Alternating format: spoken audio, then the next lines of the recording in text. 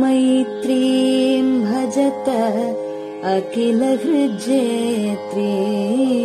मैत्रीं भजत अखिलहृज्जेत्रीं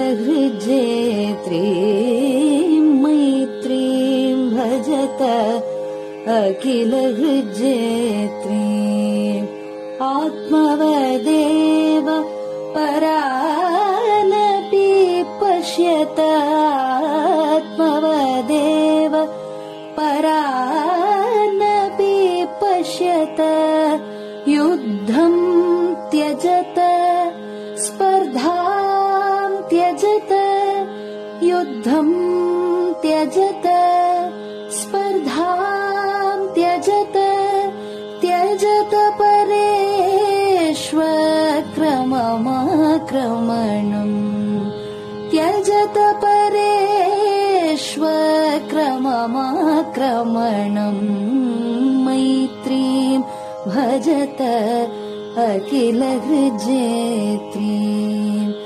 जननी पृथिवी कामदुघास्ते जननी पृथिवी कामदुघास्ते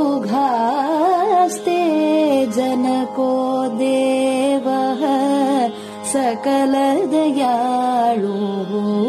जनको देवः सकलदयाळुः दाम्यतदत्त दयद्वं जनतां दाम्यतदत्त दयद्वं जनतां श्रेयो भूयात् सकलजनानां श्रेयो भूयात् सकलजनानां श्रेयो भूयात् सकलजनानां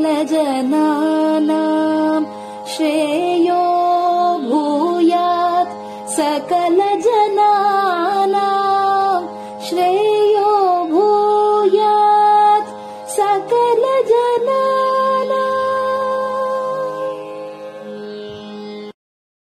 பெரியவா சரணம். மைத்ரீம் பஜத. பாடியவர் குமாரி சிவஸ்ரீ ஸ்கந்தபிரசாத். பெரியவா சரணம். வணக்கம். பெரியவா வானொலியின் காலை நிகழ்ச்சிகளுக்கு உங்களை அன்புடன் வரவேற்கிறோம். முதலில் பெரியவா சுப்பிரபாதம். பெரியவா சரணம். பெரியவா சுப்பிரபாதம். பாடியவர் ஸ்ரீமதி லதா ஸ்ரீதரன் அவர்கள்.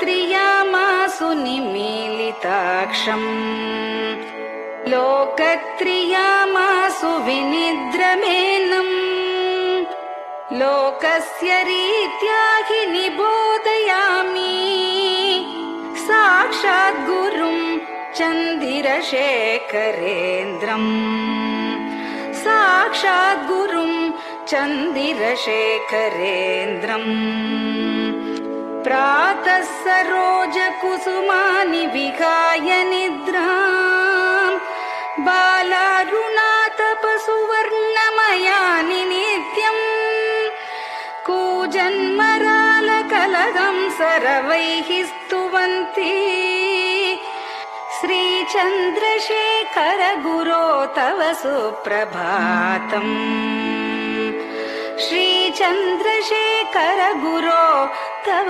सुप्रभातम्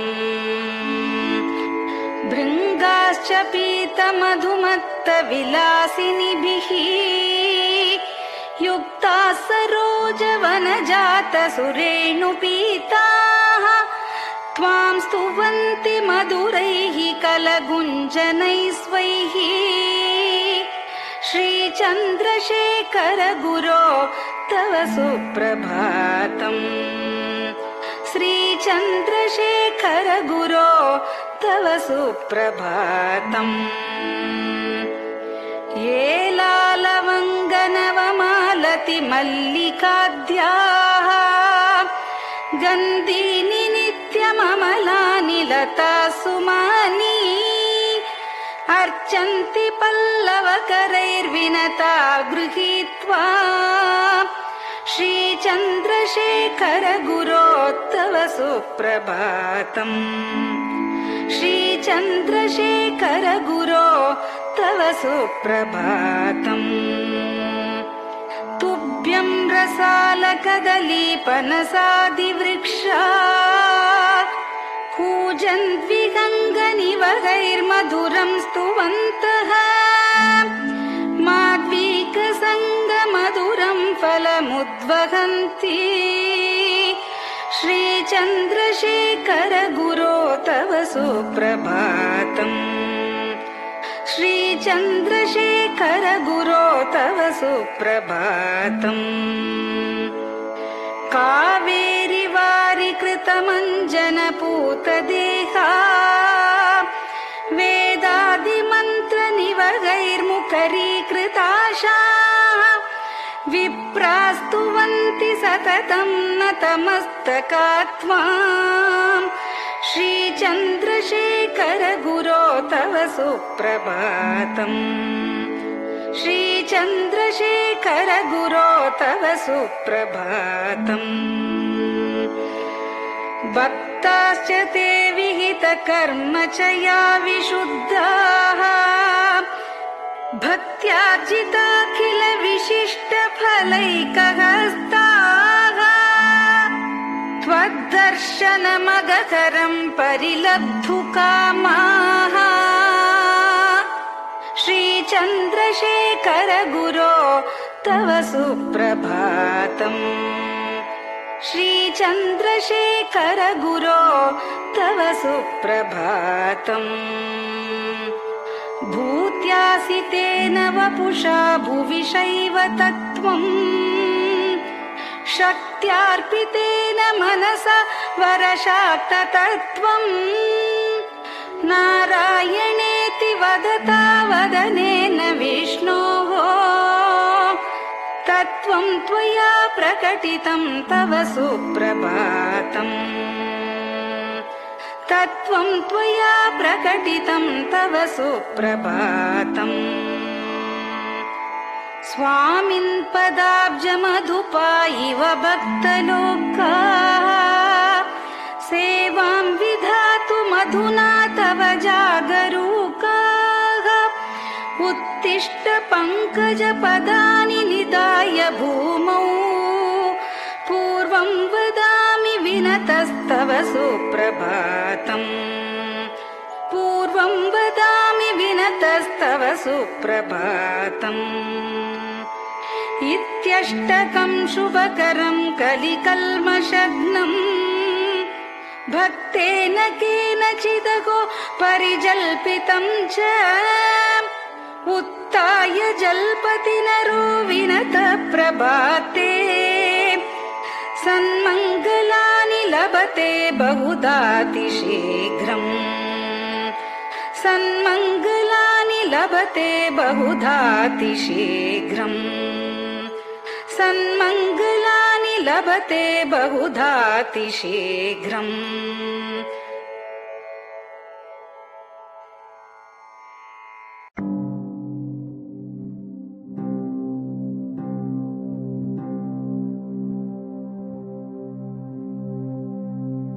हर हर शङ्कर जय जय शङ्कर हर हर शङ्कर जय जय शङ्कर हर हर शङ्कर जय जय शङ्कर हर हर शङ्कर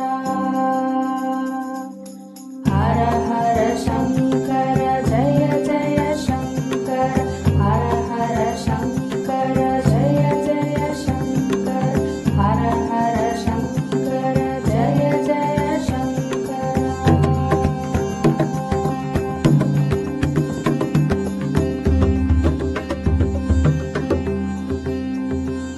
श्रुति स्मृति पुराणानां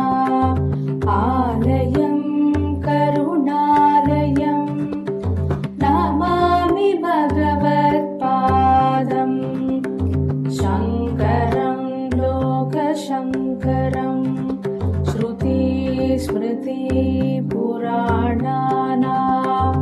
आलयं करुणालयं नमामि भगवत्पादम् शङ्करं लोकशङ्करम् हर हर शङ्कर जय जय शङ्कर हर हर शङ्कर जय जय शङ्कर हर हर शङ्कर जय जय शङ्कर हर हर शङ्कर हर हर शङ्कर जय जय शङ्कर हर हर शङ्कर जय जय शङ्कर हर हर शङ्कर जय जय शङ्कर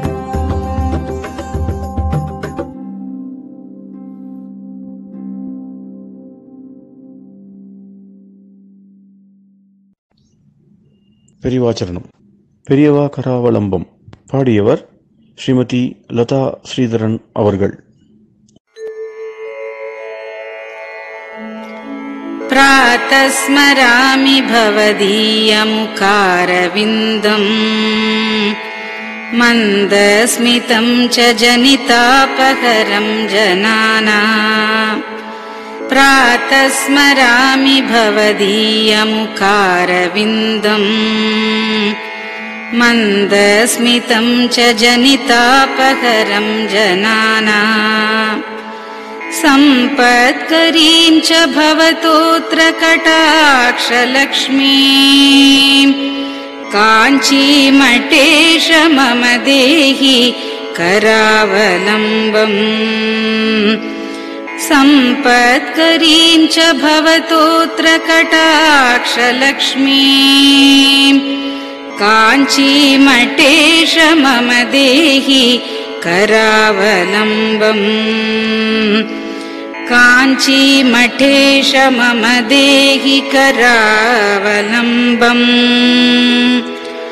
काञ्चीमठेश मम देहि करावलम्बम्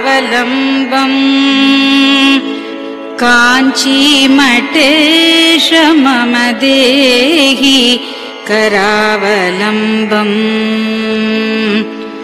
प्रातः स्मरामि कलिदोषहराणि यानि हृद्यानि दिव्यमधुराणि मनोहराणि प्रातः स्मरामि कलिदोषहराणि यानि हृद्यानि दिव्यमधुराणि मनोहराणि वाक्यानि तेऽध्यवदनाम्बुजनिर्गतानि काञ्चीमठेश मम देहि करावलम्बम्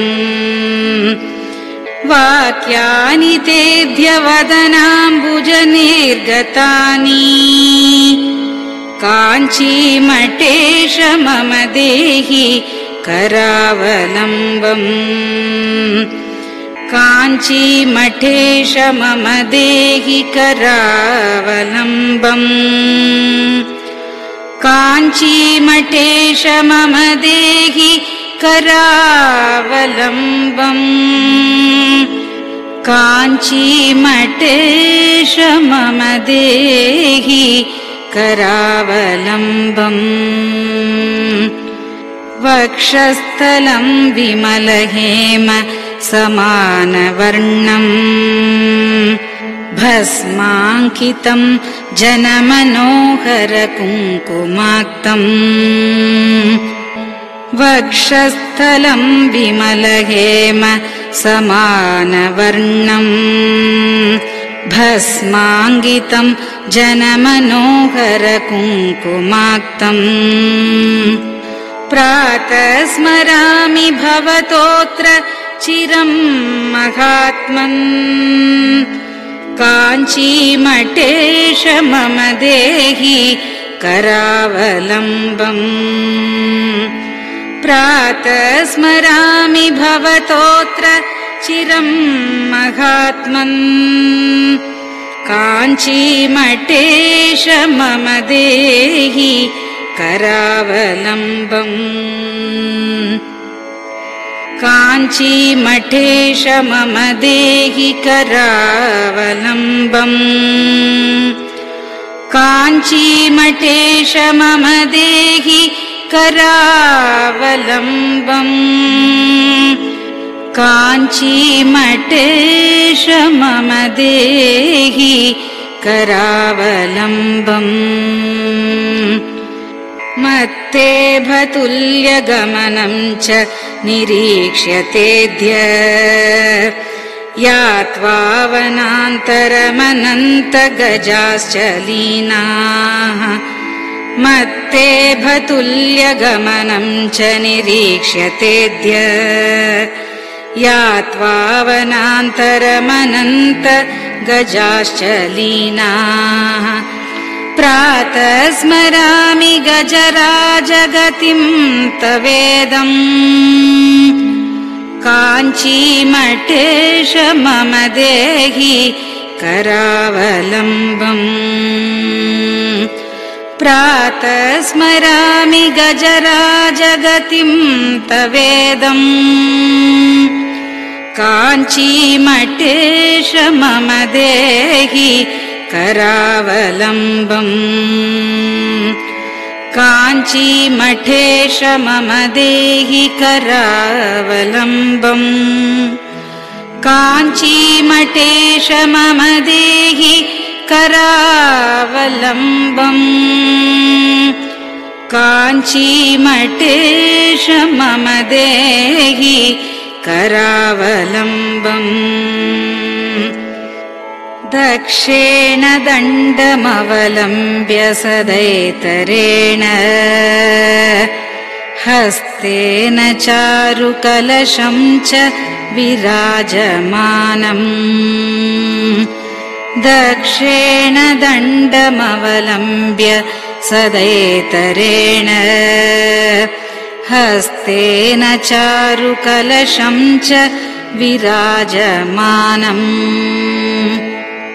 रक्ताम्बरं च तव चारु कटिं स्मरामि काञ्चीमठेश मम देहि करावलम्बम् रक्ताम्बरं च तव चारु कटिं स्मरामि काञ्चीमठेश मम देहि करावलम्बम् काञ्चीमठेश मम देहि करावलम्बम् काञ्चीमठेश मम देहि करावलम्बम् काञ्चीमठेश मम देहि करावलम्बम् विस्मृत्य दोषमखिलं च ममापराधम् त्रातुं च याध्य भगवन् कृतबद्ध दीक्षा विस्मृत्य दोषमखिलं च ममापराधम् त्रातुं च याध्य भगवन् कृतबद्ध दीक्षा प्रातः स्मरामि यति पुङ्गवतेऽनुकम्पाम् काञ्चीमठेश मम देहि करावलम्बम् प्रातः स्मरामि यति पुङ्गवतेऽनुकम्पाम् काञ्चीमठेश मम देहि करावलम्बम् काञ्चीमठेश मम देहि करावलम्बम् काञ्चीमठेश मम देहि करावलम्बम् काञ्चीमठेश मम देहि करावलम्बम् प्रातः स्मरामि भवदीय पदारविन्दम् यस्मात् प्रयान्ति दुरितानि महान्ति तानि प्रातः स्मरामि भवदीय पदारविन्दम् यस्मात् प्रयान्ति दुरितानि महान्ति तानि आयान्ति तानि मुहुरुद्य सुमङ्गलानि काञ्चीमठेश मम देहि करावलम्बम् आयान्ति तानि मुहुरुद्य सुमङ्गलानि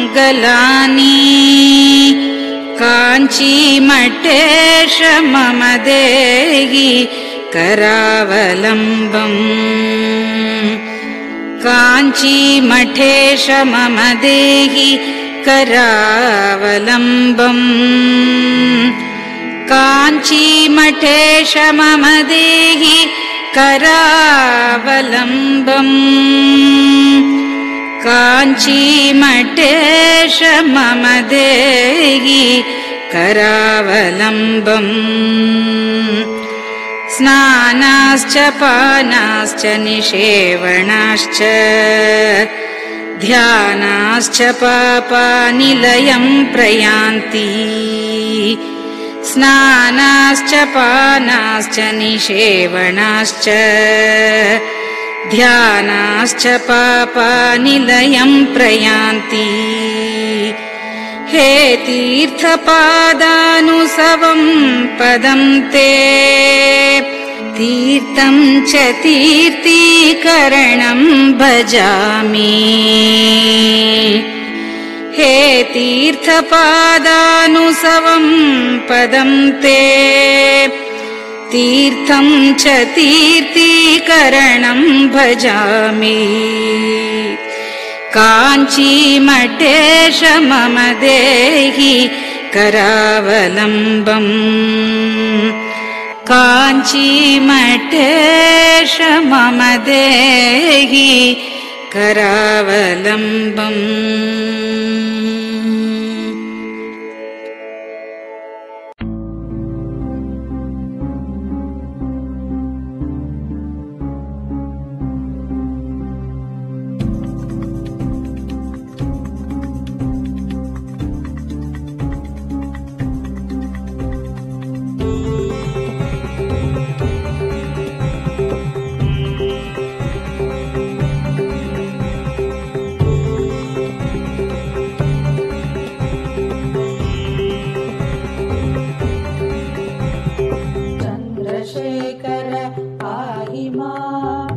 चन्द्रशेखर रक्ष मां चन्द्रशेखर पाहि मां जय चन्द्रशेखर रक्ष मां हर हर शम्भो शिव शिव शम्भो हर हर शम्भो शिव शिव शम्भो हर हर शम्भो शिव शिव शम्भो हर हर शम्भो शिव शिव शम्भो चन्द्रशेखर पाहि मां चन्द्रशेखर रक्ष मां चन्द्रशेखर पाहि मां जय चन्द्रशेखर रक्ष मां हर हर शम्भो शिव शिव शम्भो हर हर शम्भो शिव शिव शम्भो हर हर शम्भो शिव शिव शम्भो हर हर शम्भो शिव शिव शम्भो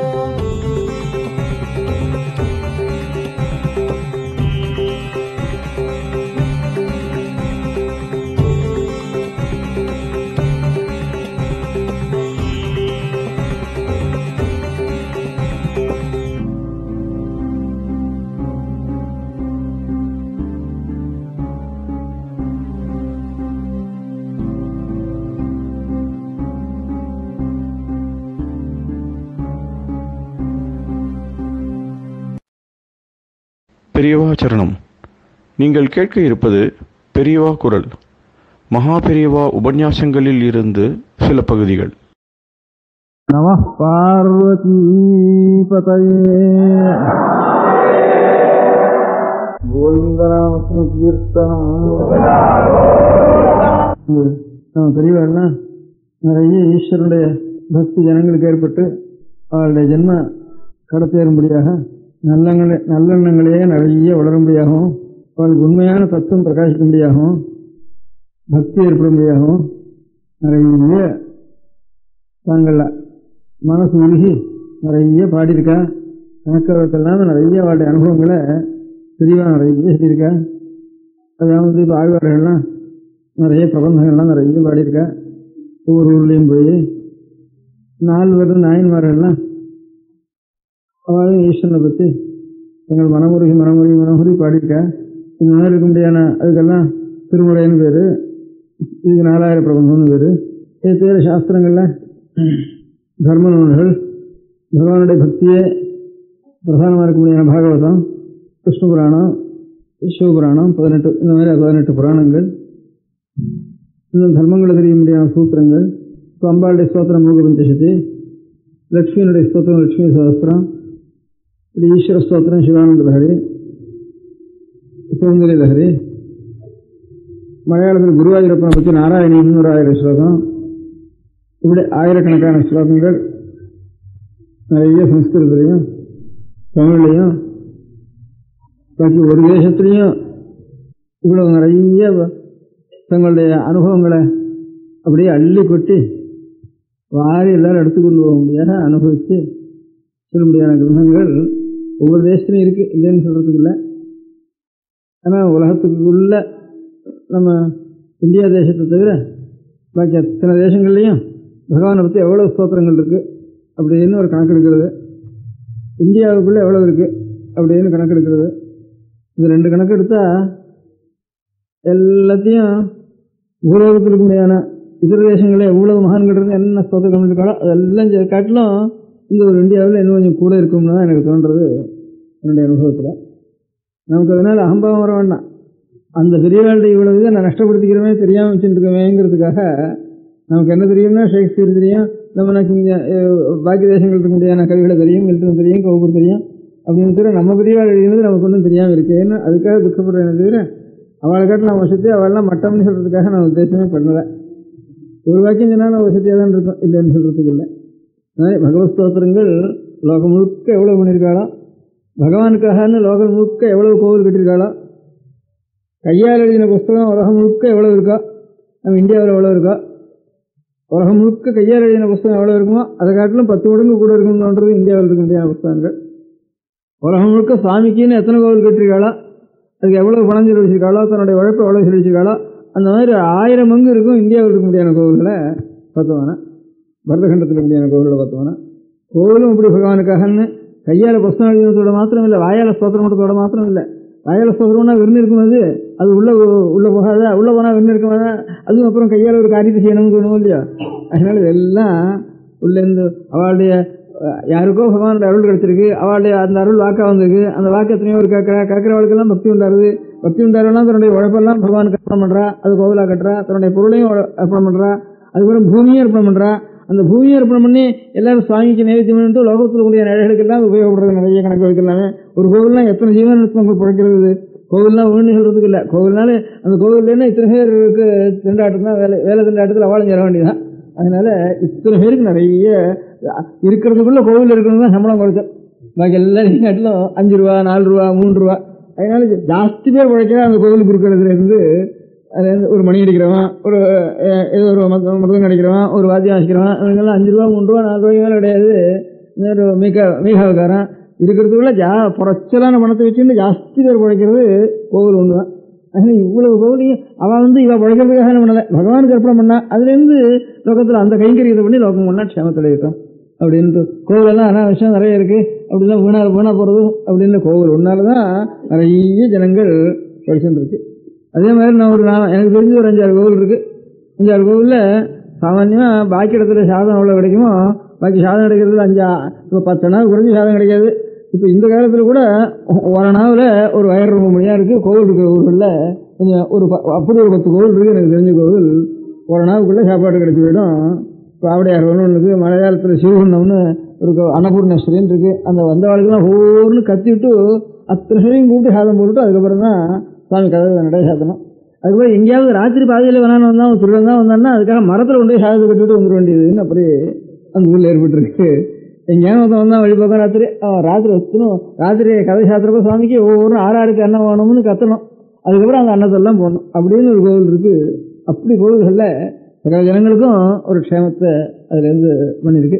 அதனால் கோவில் ஒன்று இருக்கிறதுனால தான் கொஞ்சம் பஞ்சம் பாதி க்ஷேமமாக இருக்குது. இப்போ ஏன்னா இவ்வளவு கோவில் மொத்தமான உலகத்தில் ஈஸ்வரனுக்குன்னு கட்டடம் எவ்வளோ கட்டியிருக்காளோ அந்த கட்டடங்கள்லாம் ஒரு ஒரு பங்கு வைக்கிறது, ஒரு திராட்சையில் வைக்கிறது.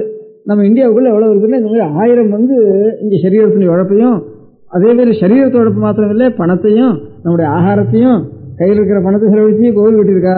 நம்முடைய அப்புறம் நேவிச்சத்துக்கு தன்னுடைய சொத்தெல்லாம் தான் சாப்பிட வேண்டிய பூமியெல்லாம் சாமி கொடுத்துருக்கா.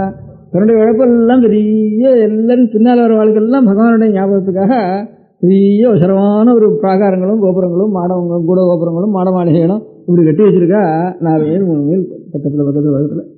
அதனால் பூலோகத்தில் முழுக்க ஒவ்வொன்றும் அதே மாதிரி புஸ்தகம் வாக்குனால் எழுதுது, அதே மாதிரி தியானம் பண்ணுறவாளும், அதே மாதிரி மகான்களும். எத்தனை மகான் அடுத்த ஒரு தேசத்தில் இருந்தாலும் ஒரு கணக்கு இல்லை, 5-6 பேருக்குள்ள இருக்கும். இங்கே எத்தனை மகான்கள் இருந்ததுலாம் கணக்கே கிடையாது. இன்னும் மகான்கள் இருந்துருக்கா. நம்ம நாள்லேயே நம்ம அடுத்த நூற்றாண்டுலேயே இப்போ தியாகியர் வாழ் மாதிரி மகான்கள் கணக்கு அதிர்ஷ்ட வாழ் மாதிரி தியாகியர் வாழ் மாதிரி இப்படி பார்க்க தாய்மானவர் மாதிரி சமீப காலத்தில் ஒரு 100 வருஷத்துக்குள்ளேயே ஒரு 1000 வருஷம் 2000 வருஷம் அதுக்கப்புறம் ஆகட்டும் அவ்வளோக்குள்ள பெரிய மகான்கள் நிறைய கிடச்சிருக்கா. ஏதோ இந்த வேறு மகர்ஷிகள் போட்ட வேறு இன்னும் கூட இது வளர்ந்துட்டு இருக்கு. லௌகிகத்தில் பார்த்தா கூட இப்போ இன்னும் காந்திங்கிற நேருங்கிற அவள் நம்ம முழுக்க சாஸ்திரமான மார்க்கத்தில் எல்லாம் சொன்னால் கூட அவளுக்கு இந்த வழியெல்லாம் தெரியாதுன்னா கூட அவளுக்கு இன்னும் பூலோகம் முழுக்க இந்த காந்தி நேருங்கிற பேர் மாதிரி ஒரு இன்னொருத்தருடைய பேர் இன்னும் லோகம் முழுக்க வழங்கலை. என்ன அவளுடைய மகாத்மியம் இல்லை, அவளுக்கு மூலமாக இருக்க முடியாத பெரியவாள் மகர்ஷியுடைய மகாத்மியமோ தெரியல. இன்னும் கூட பூலோகத்துக்குள்ள எந்த தேசத்து மனுஷனுக்கா இவ்வளவு பேருன்னு கேட்டா அவளை இப்போ நேருன்னா எல்லாரும் தேசிக்கட்டும், எல்லாரும் இதுக்கு எதிராக ஓட்டு போட்டோம். யுனைடெட் நேஷன்ஸ்ல பேர் யாருக்கிட்டா முதல்லன்னா இவங்களுக்கு தான் பேருன்னு புதுசாக ஒன்றும் இல்லாத தேசம் இது. இன்னும் ஒன்றும் கையில் ஒன்றும் இல்லை, காலில் ஒன்றும் இல்லை, இருந்தால் ஆகாசத்தில் காலட்சேபம் நடக்க வேண்டியிருக்குப்போ. இருந்தாலும் பேர் எங்கடான்னா முதல்ல எல்லாத்தையும் காட்டிலும் அவன் பேரெல்லாம் காட்டிலும் இவன் பேர் முதல்ல போய் நின்றுருக்கு. இதெல்லாம் நம்மளுடைய பெரியவாழ்க்கை இது எல்லாத்துலேயும் முதல்ல இருக்குங்கிற மாதிரி. மேன்ஸ்கிரிப்ட் லைப்ரரியில் பார்த்தோம்னா பூலோகம் முழுக்க எத்தனை மேன்ஸ்கிரிப்ட் லைப்ரரி இருக்கோ, கையால் எழுதின புத்தகம் எழுதியிருக்கிற லைப்ரரிகள் அதில் எல்லாம் ஒரு கூட்டம் போட்டு வைக்கிறது. நம்ம இந்தியாவில் இருக்கிற மேன்ஸ்கிரிப்டை பண்ணுறதுன்னா அந்த மாதிரி 1000 பங்கு இருக்குங்க.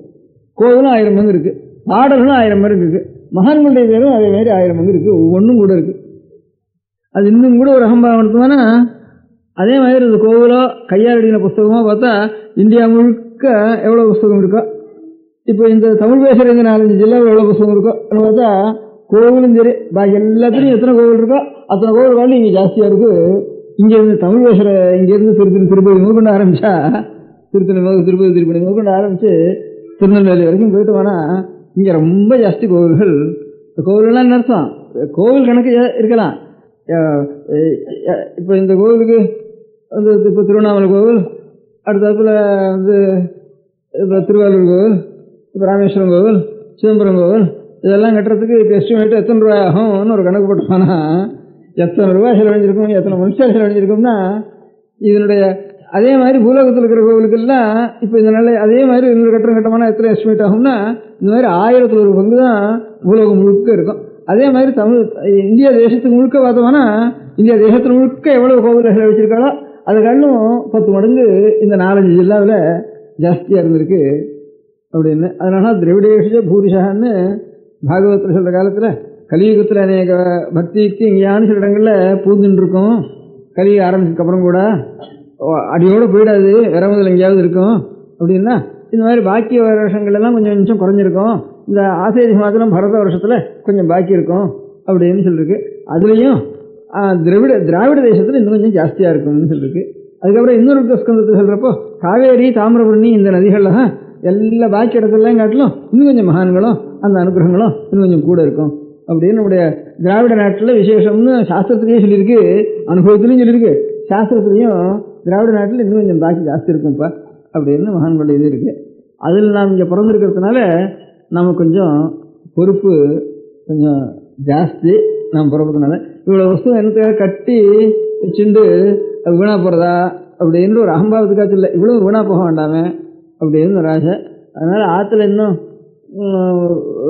வீட்டில் அதிக காரியம் இல்லாதவா ஸ்திரீகள் இருக்கா, இந்த டவுன்கள்லாம் இருக்கிறவள்ள ஸ்திரீகளாவது கொஞ்சம் நித்தியம் ஒரு மணி அவகாசம் ஏதாவது கொஞ்சம் தமிழும் நல்லா கற்றுக்கிட்டோம், சம்ஸ்கிருதமும் நல்லா கற்றுக்கிட்டோம் அப்படின்னுட்டு கற்றுண்டு கொஞ்சம் கொஞ்சம் இந்த புஸ்தகங்கள்லாம் எடுத்து பார்த்தோம்னா ஸ்தூலமாவது கொஞ்சம் அர்த்தம் தெரிய முடியாத பண்ணிவிட்டோம் அப்படின்னு ஒரு நாளைக்கு ஒரு 5-6 நாளைக்கு வந்து நான் சொன்னேன். அதுக்கப்புறம் 2-3 குழந்தைகள் தமிழ்நாட்டில் நாங்கள் என்ன பண்ணுறது ஒன்றும் தெரியல எங்களுக்கு, அப்படி நாங்கள் ஏதாவது ஏற்பாடு பண்ணுறோம், எப்படி இருக்கிறாரோ அப்படி பண்ணுறோம்னு வந்து இப்போ ஒரு சின்ன பொண்ணு வந்து சொல்லிட்டு போச்சு. அதனால் ஒரு 8 பேருக்குள்ள 8 பேர் சேர்ந்து ஒரு கையெழுத்து போட்டு நாங்கள் இத்தனை பேரும் நிச்சயம் ஒரு அவகாசம் சேர்ந்து படிக்கிறோம்னுட்டு மனத்துக்கு ஒரு கடிதாசி எழுதிட்டா அவளுக்கெல்லாம் ஏதாவது ஒரு புஸ்தகம் ஒன்றும் அனுப்ப சொல்கிறேன் தனியாக அச்சு போட்டு. அதில் அந்த புஸ்தகத்தில் எல்லாத்தையும் மனப்பாடம் பண்ண வேண்டியது, வேற ஒன்றும் வேண்டாம் சொல்ல வேண்டியது. அந்த புஸ்தகத்தில் என்ன இருக்கோ அத்தனையும் ஜாஸ்தி அதிகம் இல்லாமல் சின்ன புஸ்தகமாகவே கொடுக்க சொல்கிறேன். தமிழ்லேயும் அந்த மாதிரி ஒரு புஸ்தகம் போட சொல்கிறேன். அது முழுக்க மனப்பாடம் பண்ண வேண்டியது. மனப்பாடம் பண்ணினா அநேகமாக கொஞ்சம் தமிழில் ஒரு ஞானமும் அல்லது சம்ஸ்கிருதத்தில் ஒரு ஞானமும் தானாக வரும்படியாக இருக்கும். அப்படி மனப்பாடம் பண்ணிட்டோம் இத்தனை பேரும் அப்படின்னு திரும்பி வருதுன்னு எழுதினாலானா இங்கேருந்து அட்ரஸ் மடத்து அட்ரஸ்ஸு அவளுக்கு தெரியும், அதை கொடுத்துருவோம். அதுலேருந்து அந்த புஸ்தகத்துலேயே அடிக்கடி எழுதணுமானா இந்த இடத்துக்கு எழுதணும்னு அதுலேயே அச்சு போட்டுருவோம். ஒன்றுமானாலும் அந்த மாதிரி ஒரு 8 பேராவது ஒரு இடத்துல இருக்கிறவா 5-6 பேராவது சேர்ந்துட்டு 8 பேர் குறையாமல் இருக்கணும். ஏதோ ஒரு கணக்கு வேணும் இல்லையோ, அதுக்காக 8 பேர் இருக்கட்டும். அந்த 8 பேர் சேர்ந்தாப்புல கையெழுத்து போட்டு அனுப்பிச்சாலனா அவளுக்கு அந்த புஸ்தகங்களை அனுப்பிச்சிடுறோம். அந்த புஸ்தகம் முழுக்க மனப்பாடம் பண்ணிடணும். இத்தனை பேரும் நல்லா மனப்பாடம் பண்ணியாச்சுன்னு எழுதினாலனா அதுக்கப்புறம் ஏதாவது படிக்கிறதுக்கு அதுக்கப்புறம் அடுத்த கோர்ஸு அப்படியே கொடுத்துன்னு இருக்கோம். அதே மாதிரி தமிழ்லேயும் ஒன்று சின்னதாக அச்சு போட்டு அதையும் கொடுப்போம், சம்ஸ்கிருதத்துலேயும் அச்சு போட்டு அவளுக்கெல்லாம் அனுப்பிச்சிடுவோம். அதனால் என்ன பண்ணுறதுன்னு அவளுக்கு தெரியாததுனால இப்போ சுற்றி இன்னொரு 1 மாதத்துக்குள்ளே இங்கே அனுப்புறதா இருந்ததுன்னா இந்த மடம் சம்ஸ்கிருத காலேஜ் என்ன எழுதினா இன்னொரு மாதத்துக்குள்ளே இங்கே வந்து சேர்ந்துடும். அதுக்கப்புறம் எங்கெங்கே எழுதுறதுங்கிறது அந்த புத்தகத்துலேயே அச்சு போட்டுடுறோம். அச்சு போட்டு அந்த மாதிரி மேலே அவளுக்கு சொல்லிட்டுருக்கேன். இது தமிழ்நாட்டில் மாத்திரம் பண்ணணும்னு இல்லை, புருஷர்களையும் சாவகாசம் இருக்கிறதா எல்லோரும் தெரிஞ்சுக்கலாம். அது அவளும் புருஷாலும் 8 பேர் சேர்ந்து அதே மாதிரி நாங்கள் செய்கிறோம்னா அவளும் அந்த கைங்கரியத்தை எடுத்துக்கலாம். ஆனால் தமிழ் ஏன்னா நமக்கு தமிழ்லேயும் நிறைய புஸ்தகங்கள் எழுதியிருக்கு. அவளும் மகான்களாக இருக்கா, அவதார புருஷாலாக இருக்க அருளாக்கு ஒவ்வொரு க்ஷேத்திரங்களையும் போய் அவள்லாம் பாடி ஈஸ்வரனை ஸ்தோத்திரம் பண்ணுவா. தமிழ்லையும் இருக்கா. சம்ஸ்கிருதத்துலேயும் ஆனால் சம்ஸ்கிருதத்தில் இருக்கிற ஸ்லோகங்கள் ஆசேஷமாக தான் எல்லா தேசத்துக்கும் பொதுவானது. இங்கே நமக்கு தமிழ் இருக்கிறது நம்ம தேசத்துக்கு மாத்திரம் விசேஷமாக சிறப்பாக இருக்கிறது. 4 தேசத்தில் இருக்கிறதுனால 2 கிடைச்சிருக்கு நமக்கு. அதே மாதிரி மகாராஷ்டிரத்துலேயும் தமிழுக்கு அடுத்தபடி பார்த்தோம்னா மகாராஷ்டிரத்துலேயும் நிறைய பக்தாள் இருந்து மகாராஷ்டிரத்தில் நிறைய எழுதியிருக்கா. மகாராஷ்டிர தேசத்தில் அதுக்கு அடுத்தபடி ஹிந்தி பாஷையிலையும் சில பேர் எழுதியிருக்கா. ஒவ்வொரு தேசங்கள்லையும் இந்த மாதிரி மகான்கள் இருக்கா. நம்ம தேசத்தில் இன்னும் கூட ஜாஸ்தி. இந்த தெலுங்கில் எழுதினாலும் தெலுங்கு சம்ஸ்கிருதம் தமிழ் 3லையும் எழுதினவா ரொம்ப ஜாஸ்தி. 3 நம்ம தேசத்துக்கு சொந்தம். நம்ம தேசத்தில் எவ்வளவு தெலுங்கு கீர்த்தனங்களோ தெலுங்கு பத்தியங்களோ தெலுங்கு பக்திகளோ இருக்கோ இவ்வளவு தெலுங்கு தேசத்தில் உற்பத்தி ஆகலை. அதனால் நம்ம தேசத்தில் தான் தெலுங்கு இன்னும் ஜாஸ்தி உற்பத்தி ஆகிருக்கு. தெலுங்கு தேசத்தை காட்டிலும் தமிழ் தேசத்தில் தான் தெலுங்கு ஜாஸ்தி வளர்ந்துருக்கு, அவ்வளோக்கும் இடம் கொடுத்துருக்கு. அதே மாதிரி மகாராஷ்டிர கிரந்தங்கள் கூட நம்ம தேசத்தில் மகாராஷ்டிர தேசம் மாதிரி நம்ம தேசத்தில் கிட்டத்தட்ட அதுக்கு சமானமான மகாராஷ்டிர கிரந்தங்கள் நம்ம தேசத்தில். தஞ்சாவூரில் மகாராஷ்டிர ராஜ்யம் இருந்ததுனால தெலுங்கு ராஜ்யம் மகாராஷ்டிர ராஜ்யம் 2ம் நம்ம தேசத்தில் அதிகமாக இருந்திருக்கு தமிழ் தேசத்தில். அதனால் அந்தந்த காலத்தில் இந்த பக்தி மார்க்கத்தை அனுசரித்து அவளுக்கும் பக்தி வந்துட்டுது, தெலுங்கா வந்தவளுக்கும் நம்ம தேசத்தில் பக்தி வந்துட்டுது. எல்லா கிரந்தங்களுக்கும் இங்கே உற்பத்தி ஸ்தானமாக இருக்குது. அதனால் இந்த புஸ்தகத்தை வாரவா ஒரு எங்கெங்கே இருந்தாலும் சரி ஒரு பக்கத்தில் இருக்கிறவாளா ஒரு 4-5 ஆத்துக்காரா ஒரு 10-8 பேர் சேர்ந்து எல்லோரும் கையெழுத்து போட்டு நாங்கள் இந்த அனுப்புகிற புஸ்தகம் நாங்கள் வாசிக்கிறோம், அதை அப்படியே நெட்டு பண்ணி விடுறோம் அப்படின்னு எழுதி அனுப்பிச்சுட்டா அவளுக்கெல்லாம் அனுப்பிச்சுட்டே இருப்போம். அது ஒன்று பூர்த்தி ஆனதுக்கு அடுத்தபடி அனுப்புவோம். அப்படியே கொஞ்சம் வித்தியாகட்டமாக இருக்கும். அது புருஷாளாக இருந்தாலும் சரி ஸ்திரீகளாக இருந்தாலும் சரி எல்லோரும் இந்த கைங்கரியத்தை சேர்ந்து நடத்தலாம். அதுக்கப்புறம் இன்னொன்று சொன்னேன்னா இந்த பழைய நாளில் படித்தவளுக்கு பக்தியும் ஞானமும் சாந்தமும் அது நிறைய இருந்தது. இப்போ படிப்புங்கிறது அபிவிருத்தி நிறைய ஆகுது. ஆனாலும் அவ்வளோ மாதிரி அவ்வளோ நல்ல குணங்களும் அவ்வளோ சாந்தமும் ஏற்படலை, அது கொஞ்சம் குறைவாக இருக்குது அப்படி இருக்கக்கூடாது. கல்வின்னா அதுக்கு அடுத்த ஒரு ஞானமும் பக்தியும் பெருந்தன்மையும் அது இருக்கணும். கல்வி வளர வளர அவளுக்கு நல்ல குணங்கள் இல்லாமல் கொஞ்சம் கட்சியும் தாபமும் கோபமும் இதெல்லாம் அதிகமாகிறது கல்வி இருக்கிற இடங்களில். சில இடங்களில் ஜாஸ்தி கல்வி இருக்கக்கூடிய தேசங்களில் குற்றங்களும் ஜாஸ்தி ஏற்படுறது. கல்வி இல்லாத இடத்துல குற்றம் குறைவாகவும் இருக்குது. அதில் உலகத்தில் குற்றம் விருத்தியாகிறதுக்காக ஒரு காரியம் செய்கிறது. அதில் கல்வி இல்லாமல் இருந்தால் தேவையில்லையே அப்படின்னு தோண முடியாத நிலைமை கூட வந்துடுறது அப்படின்னு அன்றைக்கி ஒரு நாளைக்கு கொஞ்சம் அதிக நாளை விஸ்தாரமாக சொல்லிகிட்டு இருந்தேன். நீ அன்றைக்கி அன்றைக்கி சொல்லிகிட்டு இருந்தேன். அதுக்கப்புறம் நான் சொன்னது, அப்போ அந்த நாளில் கல்வி இருக்கிறப்ப சாந்தமும் பெருந்தன்மையும் படித்தவாள்னா அவளுக்கு ஒரு மதிப்பு கௌரவம் இருந்தது. இப்போ படிப்புன்னா ஒரு மரியாதை இல்லாமல் இருக்குது. சில ஸ்டூடெண்ட்ஸுன்னா அவளை பற்றி ரொம்ப மனசுக்கு எல்லாருக்கும் துக்கம் வர முடியாதும் கோபம் வர முடியாதும். நம்ம குழந்தைகள் அச்சேன்னு ஒரு அசிமான ஒரு பக்கம் இருக்குது. அவள் எல்லாரும் ஒரு கட்சிண்டு அவளை சுடுறதும் அடிக்கிறதும் இது பண்ணுறதும் அப்பேற்பட்ட நிலைமையில் சேர வேண்டியிருக்கு. பள்ளிக்கூடத்து குழந்தைகளை போய் யாராவது சுடுவாளா அடிப்பாளா அப்படி கூட சுட முடியாயும் அடிக்க முடியாயும். அவளை தான் ஜெயிலில் அடிக்க முடியாயும், லாட்டி பிரயோகம் பண்ண முடியாயும். இப்படிலாம் சேர்றது எனக்கு. அவளும் அப்படி இருக்காளே அப்படிங்கிற துக்கம் நம்ம குழந்தை அவள் நான் முன்னுக்கு வரணும் அப்படிங்கிற துக்கம் ராஜ்யபாரம் பண்ணுற ஆளுகள்லாம் அடிக்கடி ஏற்படுறது. அடிக்கடி சொல்லவும் சொல்கிறா. அந்த ஊரில் ஸ்ட்ரைக்குங்கிறா, 10,000 ஸ்கூலில் ஸ்ட்ரைக்குங்கிறா, இந்த ஊரில் 10,000 ஸ்டூடெண்ட் ஸ்ட்ரைக்குங்கிறா. இதெல்லாம் என்னத்துக்கு? படிக்கிற காலத்தில் சாந்தமான இருக்கணும் அப்படின்னு அவளை உபதேசம் பண்ணி சொல்கிறா. ஆனாலும் அவளே தான் அவள் காரியம் ஆகிறதுக்காக பாலிட்டிக்ஸ் காரியம் பையங்களாம் வருங்கோ குடி தூக்கிட்டு வருங்கன்னு பழகி கொடுத்துட்டா. அதுக்கப்புறம் இவாளுக்கே இப்போ உத்திரமாக இருக்குது. இப்போ தனக்கு வந்தப்போ இவாளை ரொம்ப சிரமப்படுறா. இப்போ அதனால் பழகி கொடுத்தும் அவள் தான். இப்போ அழறதும் இவளையும் எழுதுன்ட்ருக்கா. இப்போ அதனால் ஒன்றும் அவளையும் குத்தம் சொல்கிறதுக்கு இல்லை. இவளுக்கு ஆள் சேர்க்கறதுக்கு பசங்களை தானே ஸ்கூலுக்கு போனால் தானே பசங்க ஒரு 1000-2000 பசங்க சேர்ந்தாவில் கூடுறது. அப்போ தானே எல்லாம் ஒன்று கத்துறதுக்கு சௌகரியமாக இருக்குதுன்னு அந்த மாதிரி பண்ணி விட்டுட்டாரு. அது இப்போ சிரமமாக இருக்குது. அதனால் பையன்கள் மாத்திரம் குத்தம்னு நான் சொல்கிறதுக்கு இல்லை. அதனால் இவாள்டையும் குத்தம் இருக்குது. இவாளை அப்படி உபயோகப்படுத்திருக்கக்கூடாது எல்லாரும். அதனால் இப்போ என்ன பண்ணுறதுப்பா? இப்போ பண்ண வேண்டிய மார்க்கத்தை நான் ஒரு காரியம் சொன்னேன். படிப்புன்னா அதனுடைய கௌரவம், அது ஞானம், சாந்தம், வினயம், குணம், இதுன்னா உலகத்தில் வித்தியாகணும். அதனால் படிப்பினால வித்தியாகிறதுக்கு ஒரு வழி இருக்கணும்னு நான் அன்றைக்கி ஒரு அபிப்பிராயம் சொன்னேன். பழைய நாளில் ஏன் அவ்வளோ கௌரவம் இருந்தது, இப்போ இவ்வளோ கொஞ்சம் ரொம்ப மட்டமாக போயிருக்கிறதுக்கு என்ன காரணம் அப்படின்னு நான் சொல்கிறப்போ, வாத்தியார் நம்மகிட்ட சம்பளம் வாங்குறார், நாம் பணம் கொடுக்குறோம் அப்படிங்கிற ஒரு முறையே தப்புன்னு சாஸ்திரத்தில் எழுதியிருக்கு.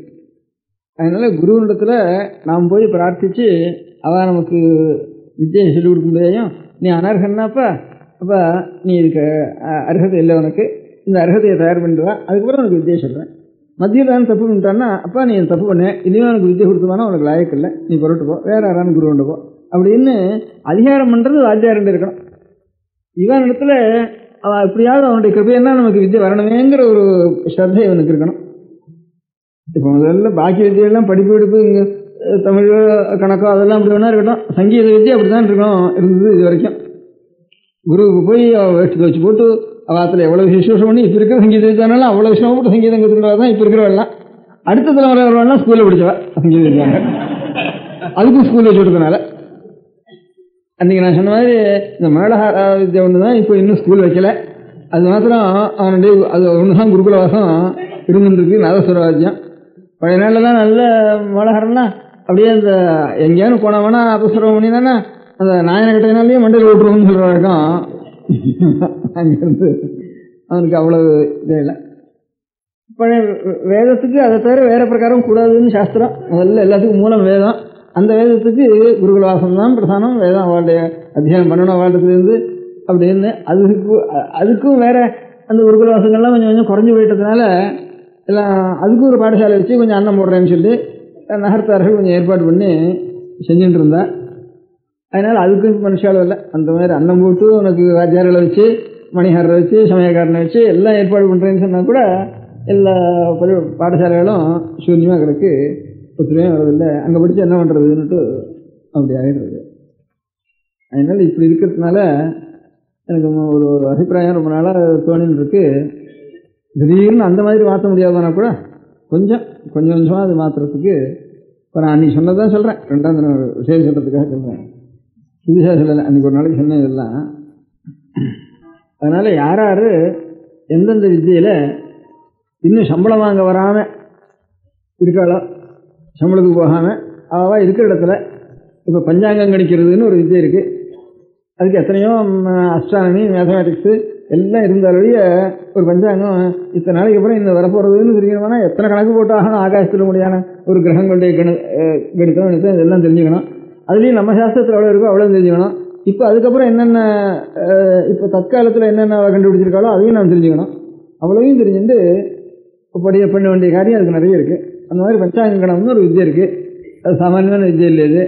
அதே மாதிரி சித்தாதிகளுடைய நூல்கள்னு அந்த இடக்காட்டு சித்தர், இப்போ போக சித்தர், இப்போ கபிலர், அப்போ அநேக சித்தாதிகள் தமிழில் நிறைய நூல்கள் எழுதி வச்சுருக்கா. அந்த நூல்களில் ஒன்றும் கலந்துருக்கு.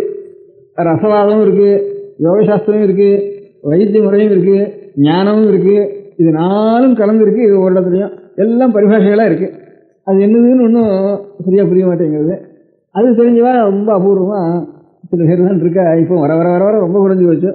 அப்படி ரொம்ப குறைச்சலாக தான் இருக்கா. இந்த நம்ம சாஸ்திர பிரகாரம் உள்ள இப்போ சங்கீத ரத்னாகராதிகளுடைய சாஸ்திரங்களையும் அதுக்கு ஏற்பட்ட தாள பிரசாரங்கள் அது சாஸ்திர முறையாக அனுபவம் பழக்கிண்டு அதுலேருந்து நல்ல கானத்தில் நிபுணாளாக இருக்கிறவா பெரிய வித்வானாக இருக்கா.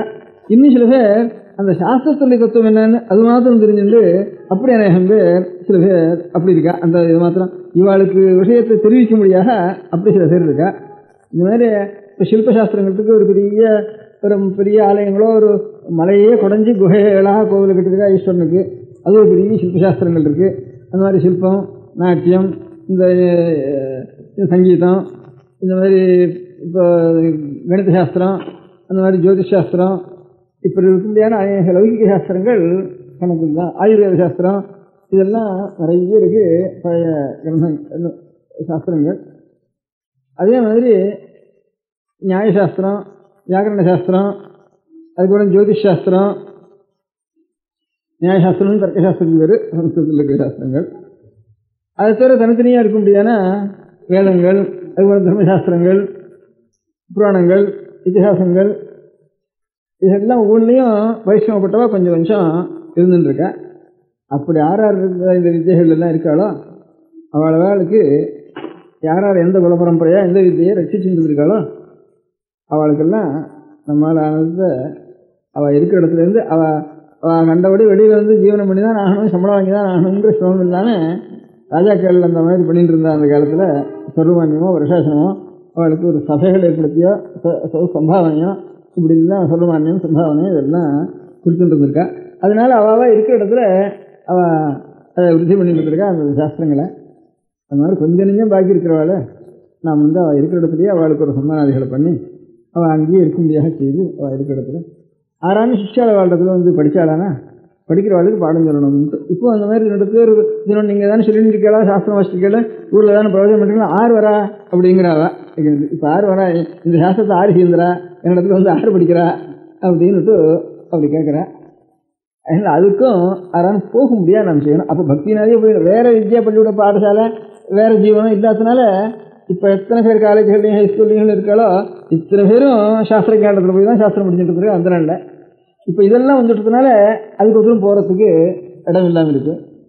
அதனால் அவளுக்கு அப்படி யாராலும் போகிறவாளுக்கு நாம் கொஞ்சம் அனுகூலமும் பண்ணி கொடுத்து இப்படி வித்யை போய் படிக்கிறவாளுக்கும் ஏதாவது நாம் செய்கிறது. அங்கே படிப்பு சொல்கிறவாளுக்கு அவள் சொன்னாலும் சொல்லாமனா அவளுக்கு ஆண்டரையும் கொடுத்துட்டே இருக்கிறது அப்படின்ட்டு இந்த 2 முறையில் ஒவ்வொரு வித்தியக்குமே நமக்கு அநேகமாக சம்ஸ்கிருதத்திலான் இருக்குது முக்கால்வாசி வித்தியைகள். பாக்கி இந்த சித்தாதிகளுடைய நூல்களும் பாக்கி பக்தி நூல்களும் தமிழில் இருக்குது. சங்க நூல்கள் லிட்ரேச்சரும் இந்த சித்த கிரந்தங்களும் இது 2 தமிழில் கொஞ்சம் பிரதானமாக இருக்குது. பாக்கியெல்லாம் இப்போ கணித சாஸ்திரமோ ஜோதிஷ் சாஸ்திரமோ சங்கீத சாஸ்திரமோ நாட்டிய சாஸ்திரமோ பாக்கி தர்க்க வியாகரண மீமாம்சோதிகளான சாஸ்திரங்களோ சங்கியாதனம் இதெல்லாம் பாக்கி இத்திஹாச புராணாதிகளோ இதெல்லாம் சம்ஸ்கிருதம் நிறைய இருக்குது. தமிழையும் சிலது இருக்குது. ஆனால் பாக்கி தேசங்களில் இப்போ தமிழில் எவ்வளவு சாஸ்திர கிரந்தங்களோ இந்த சித்த நூல்களோ பாக்கி பிராச்சீன கிரந்தங்களோ இவ்வளோ இருக்கோ, தமிழ் எவ்வளோக்கோ இவ்வளவு இதர பாஷைகளோட கூட இருக்காது. பாக்கி தேசங்கள் இந்த சாஸ்திர கிரந்தங்கள் கொஞ்சமாவது தமிழில் இருக்க, அது கூட இதர பாஷைகளில் இருக்காது. நம்ம இந்தியா சம்பந்தப்பட்ட பரியந்தம் இப்போ ஒரு 200 வருஷத்துக்குள்ள வெள்ளக்கார சீமைகளில் ஒவ்வொரு பிரான்ச்லையும் ஒவ்வொரு சாட்சிலையும் நிறைய விருது பண்ணியிருக்கேன். அவைகளெல்லாம் நம்ம வந்து உபயோகப்படுத்திக்க வேண்டியது. அதனால் இந்த மாதிரி ரீதியில் அநேகமாக பொதுவாக தானும் அந்த நல்ல பண்டிதால ஒவ்வொரு பிரான்ச்லையும் நல்ல பெரிய பண்டிதால ஒரு இடத்துல சேர்ந்து வச்சு யாரானு சந்தேகம் கேட்டினாலும் சரி, அவளுக்கு வேறு காரியம் இல்லாமனா கூட யாரானு சந்தேகம் கேட்டுட்டா ஒவ்வொரு சாஸ்திரத்தில் சந்தேகம் இருந்தாலும் இவாள் நமக்கு கேட்டுட்டா தெரியும்னுட்டு அப்படி ஒரு 5-6 பேரை ரட்சித்து போஷித்து ஒரு இடத்துல அவளும் நாம் வச்சுக்கலாம். இந்த மாதிரி ஒரு காரியங்களை படிக்கிறவாளுக்கும் ஒரு சௌகரியங்களை பண்ணி கொடுக்கலாம்.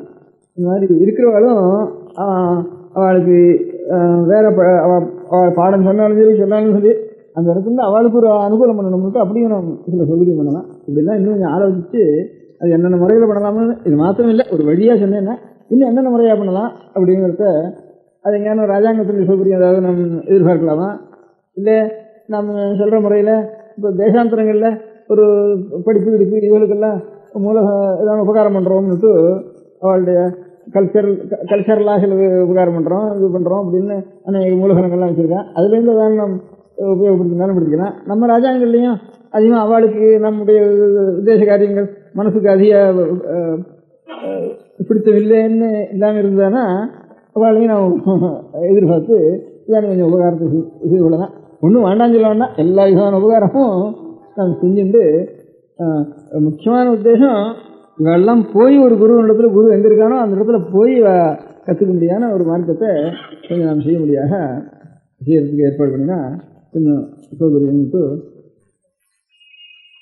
எல்லா முறைகளில் எந்தெந்த முறைகள் உச்சிதமாக தோணுமோ அந்த முறைகளில் நம்முடைய பிராச்சீன வித்தியைகளை குறைக்காமல் நவீன வித்தியைகள் என்னென்ன புதுசாக உண்டாயிருக்கோ அதையும் நாம் சேர்த்துட்டு ரெண்டையும் கலந்துட்டு அபிவிருத்தி பண்ணிக்கணும். இப்போ நவீன வித்தியைகளை மாத்திரம் கற்றுட்டு இருந்தாலும்னா இப்போ பிராச்சீன வித்தியைகளை அடியோட மறந்து போயிடுறா, ஆத்மாவுக்கு க்ஷேமத்துக்கு ஒரு வழி இல்லாமல் போயிடுறது. அதனால் சயின்ஸு ஆட்டம் பாம்பு அது இது அதுலேயே சயின்டிஸ்ட் புத்தி போகிறத தவிர ஒரு சாந்தம் நல்ல குணம் தியானம் யோகம் சித்தசாந்தி இதுகளுக்கு ஒரு வழி அவள் வழியில் இல்லாமல் போயிடுறது, அதே ஞாபகமாக போயிடுறது. அதனால் இதையும் நாம் கிரகிச்சுட்டு நவீனத்தில் எவ்வளோ தூரம் விருத்தி பண்ணியிருக்காளோ அவ்வளோயும் நாம் தெரிஞ்சுட்டு அதுகளையும் சேர்த்து வச்சு லோகத்துக்கு ஒரு திருஷ்டாந்தமாக நாம் ஒரு காரியம் செய்யணும். அதுக்கு ஆரம்பமாக இது ஒரு பேர் ஒரு யூனிவர்சிட்டின்னு பேரை வச்சு எனக்கு நம்ம ஏழைகள் அத்தனை பேரும், ஏன்னா இப்போ ராஜாங்கங்கள் செகுலர் ராஜாங்கமாக போச்சு, அதான் நமக்கு நம்ம போகிற வழி அவளுக்கு பிடிக்கலையோ உபகாரம் பண்ணுறாளோ ஏதோ பண்ணினாலும் ஏதோ எல்லாத்துக்கும் உபகாரம் பண்ணுறாலும் கொஞ்சம் உபகாரம் வாழ்ந்து எதிர்பார்க்கலாம் ஏதோ உபகாரம் பண்ணினாலும் முழுக்க பழைய ராஜாங்கள் மாதிரி மகாராஜாவே எல்லாத்தையும் பண்ணிவிட்டார், ராஜாங்கத்திலே எல்லா பண்ணிவிட்டால் நமக்கு ஒன்றும் கவலையே இல்லைன்னு சொல்கிறதுக்கு இல்லை. அதனால அது கிடைக்கிறது நாம் அதில் எதிர்பார்க்கறதுக்கு முடியாத ரீதியில் இருக்கா நம்மது இல்லை நாம் எதிர்பார்த்தாலும் அவள் கொடுப்பாளா, இதெல்லாம் கொஞ்சம் சந்தேகமாக இருக்க முடியாத ஸ்திதியில் இருக்குது. ஏதோ கிடைச்சா லாபம், அது வரைக்கும் வேண்டாம்னு சொல்ல வேண்டாம், அதோட வச்சுக்கணும் நம்ம. அதனால் இப்போ எல்லோரும் முதல் இப்போ நம்ம சென்னப்பட்டினத்தில் இருக்காவா எத்தனை பேர் நாம் இருக்குமோ அத்தனை பேரும் அவளால் கையாலானது ஏதாவது அதுக்கு ஒரு மூலதனம் வச்சு அது எவ்வளோ கிடைக்கிறதுன்னு பார்த்து அதுக்கப்புறமும் நிரந்தரமாக ஒவ்வொரு தலைமுறையிலையும் அது நான் சொன்ன மாதிரி ஒரு இன்ஷூர் பண்ணுறதுன்ட்டு ஏதோ அவளால் ஆனது ஒரு 200 ரூபாய்க்கு வந்துட்டோம் 100 ரூபாய்க்கு வந்துட்டோம் ஒரு இன்ஷூர் பண்ணணும், எவ்வளோ கடைசி பட்சம் இருக்க இன்சூரன்ஸோ அதாவது பண்ணிட்டோம். அப்படி ஒவ்வொருத்தரும் ஒரு இன்சூரன்ஸும் எடுத்துக்கணும், கொஞ்சம் இதுக்காகன்னுட்டு மனசை கொடுக்கணும்னுட்டும். இப்போ ஏதாவது வாழ்க்கை அவ்வளோவா சௌகரிய பிரகாரம் ஒவ்வொருத்தரும் ஏதாவது பணம் கொடுக்கணும், அந்த மூலதனத்தை வச்சுட்டு அதுக்கு அதை நிர்வாகம் பண்ணுறதுடைய ஏற்பாடெல்லாம் ஆலோசித்து அதனுடைய முறைகள் எப்படி முறைன்னு ஒரு வழி சொன்னது இதே முழுக்கன்னு அர்த்தம் இல்லை, இந்த மாதிரி இன்னும் கொஞ்சம் ஆலோசித்து அதனுடைய முறைகள் என்ன, அதுக்கு ஏற்பட்ட ஒரு மனுஷன் நிர்வாகம் பண்ணுற கிரமம் எப்படி, படிப்பினுடைய கிரமம் எப்படி, பரீட்சையினுடைய கிரமம் எப்படி அப்படிங்கிறதெல்லாம் கொஞ்சம் ஆலோசித்து அது இந்த சமீபத்தில் ஒரு வாரத்துக்குள்ளே அதை ஏற்பாடு பண்ணிவிடுவோம். அது பண்ணுறதுக்குள்ளே இந்த மாதிரி ஒரு காரியத்துக்கு ஒவ்வொருத்தருண்டையும் எவ்வளோ பேர் இருக்காளோ சின்ன பண்ணத்தில் அத்தனை பேருண்டையும் நம்ம போய் இதை விஷயத்தை சொல்லி நீங்கள் இப்போ ஏதாவது கொஞ்சம் உங்கள் கையாலானது இதுக்கு பணம் கொடுக்கணும் இப்போ ஆரம்பிக்கிறதுக்கு. அதுக்கப்புறம் ஏதாவது நீங்கள் ஒரு பாலிசியோ ஒரு இதோ எடுத்துட்டு நிரந்தரமாக இப்போ ஒரு 10 வருஷத்துக்கு அப்புறம் 20 வருஷத்துக்கு அப்புறம் அது விடாமல் வந்துட்டு இருக்கணும். அதுக்கு அடுத்த இதுக்காக ஏற்பட்ட மனுஷன் அதுக்கு அடுத்த தலைமுறை இருக்கிறவாளையும் அதுக்கப்புறம் அவளையும் தூண்டணும், அவளும் ஒரு பாலிசி எடுத்துகிட்டே இருக்கணும். இந்த மாதிரி இது அழியான பிறவைகளை நீங்கள வந்துட்டு இருக்க முடியாத செஞ்சுட்டே போயிட்டு இருக்கணும் அப்படின்ட்டு ஒரு ஒரு ஆலோசனை இருக்குது. இன்னும் என்னென்ன பிரகாரம் பண்ணலாமோ அதையும் செய்வோம். அதனால் இப்போ நமக்கு வந்துட்டு இருக்கிற எல்லாரும் ஏதாவது இந்த கைங்கரியத்தில் ஈடுபட்டு நான் எங்கள் தெருவில் ஒரு 50 வீடு நான் போய் கேட்குறேன், ஒரு 100 வீடு நான் போய் எல்லாத்தையும் கேட்குறேன் அப்படின்னு கைங்கரியம் பண்ணுறவாளுக்கு யாராருக்கு அபிப்பிராயம் இருக்கோ அவள் எங்கே இருந்தாலும் ஒரு 250 வீடு 250 வீடு இருக்க முடியும். இதெல்லாம் நான் கேட்குறேன் அப்படின்ட்டு நான் இது காரியம் செய்கிறேன். எந்த மாதிரி உத்தரவு பண்ணுறாலோ அந்த மாதிரி அவளுக்கு விஷயங்களை சொல்கிறேன் அப்படின்னு அதுக்கு வேண்டிய டிராஃப்ட்டு அதுக்கு எல்லாம் ஏற்பாடு பண்ணி அதை வாங்கிட்டு அவள் அங்கங்கே போய் ஏற்பாடு பண்ணினா தேவையில்லைன்ட்டு ஒரு அபிப்பிராயம். அந்த மாதிரி கைங்கரியம் பண்ணுறேன்னுட்டு நான் போய் இப்போ இதெல்லாம் பேட்டைன்னு சொல்கிறோம்டா, பேட்டைன்னு என்னென்ன பேட்டைன்னு மொத்தமாக சொல்கிறது இப்போ இருக்குது. பழைய நாள் பேட்டைன்னு சொல்கிறது தெருவு தான் வச்சுக்கணும். தெருவுகளில் ஒரு தெருவு ஒரு இது வச்சுக்கணும். அப்படி நான் இந்த இடத்துல இருக்கேன், இந்த இடத்துலேருந்து இந்த இடம் வரைக்கும் நான் இந்த காரியத்தை நான் செய்கிறேன் அப்படின்னு எல்லாரும் இப்போ சத்தியம் மடத்து மேனேஜருக்குன்னு எழுதிருக்கோம். அதுக்கப்புறம் ஒரு கமிட்டி ஏற்பாடு பண்ணி செய்வோம். இதுக்கு அந்த மாதிரி நான் இத்தனை வீட்டுக்கு போய் நான் கேட்டு அந்த கைக்கறித்தை நான் செய்கிறேன் அப்படின்ட்டு ஆறாருக்கு சௌகரியம் இருக்கோ எழுதிட்டேன்னா அதே ஒரே இடத்துக்கு இன்னும் 2-3 பேர் எழுதினாருன்னா நீ செய்ய வேண்டாம் அப்படின்ட்டு நாங்கள் அதுக்கப்புறம் பார்த்து அவருக்கு சொல்லலாம்.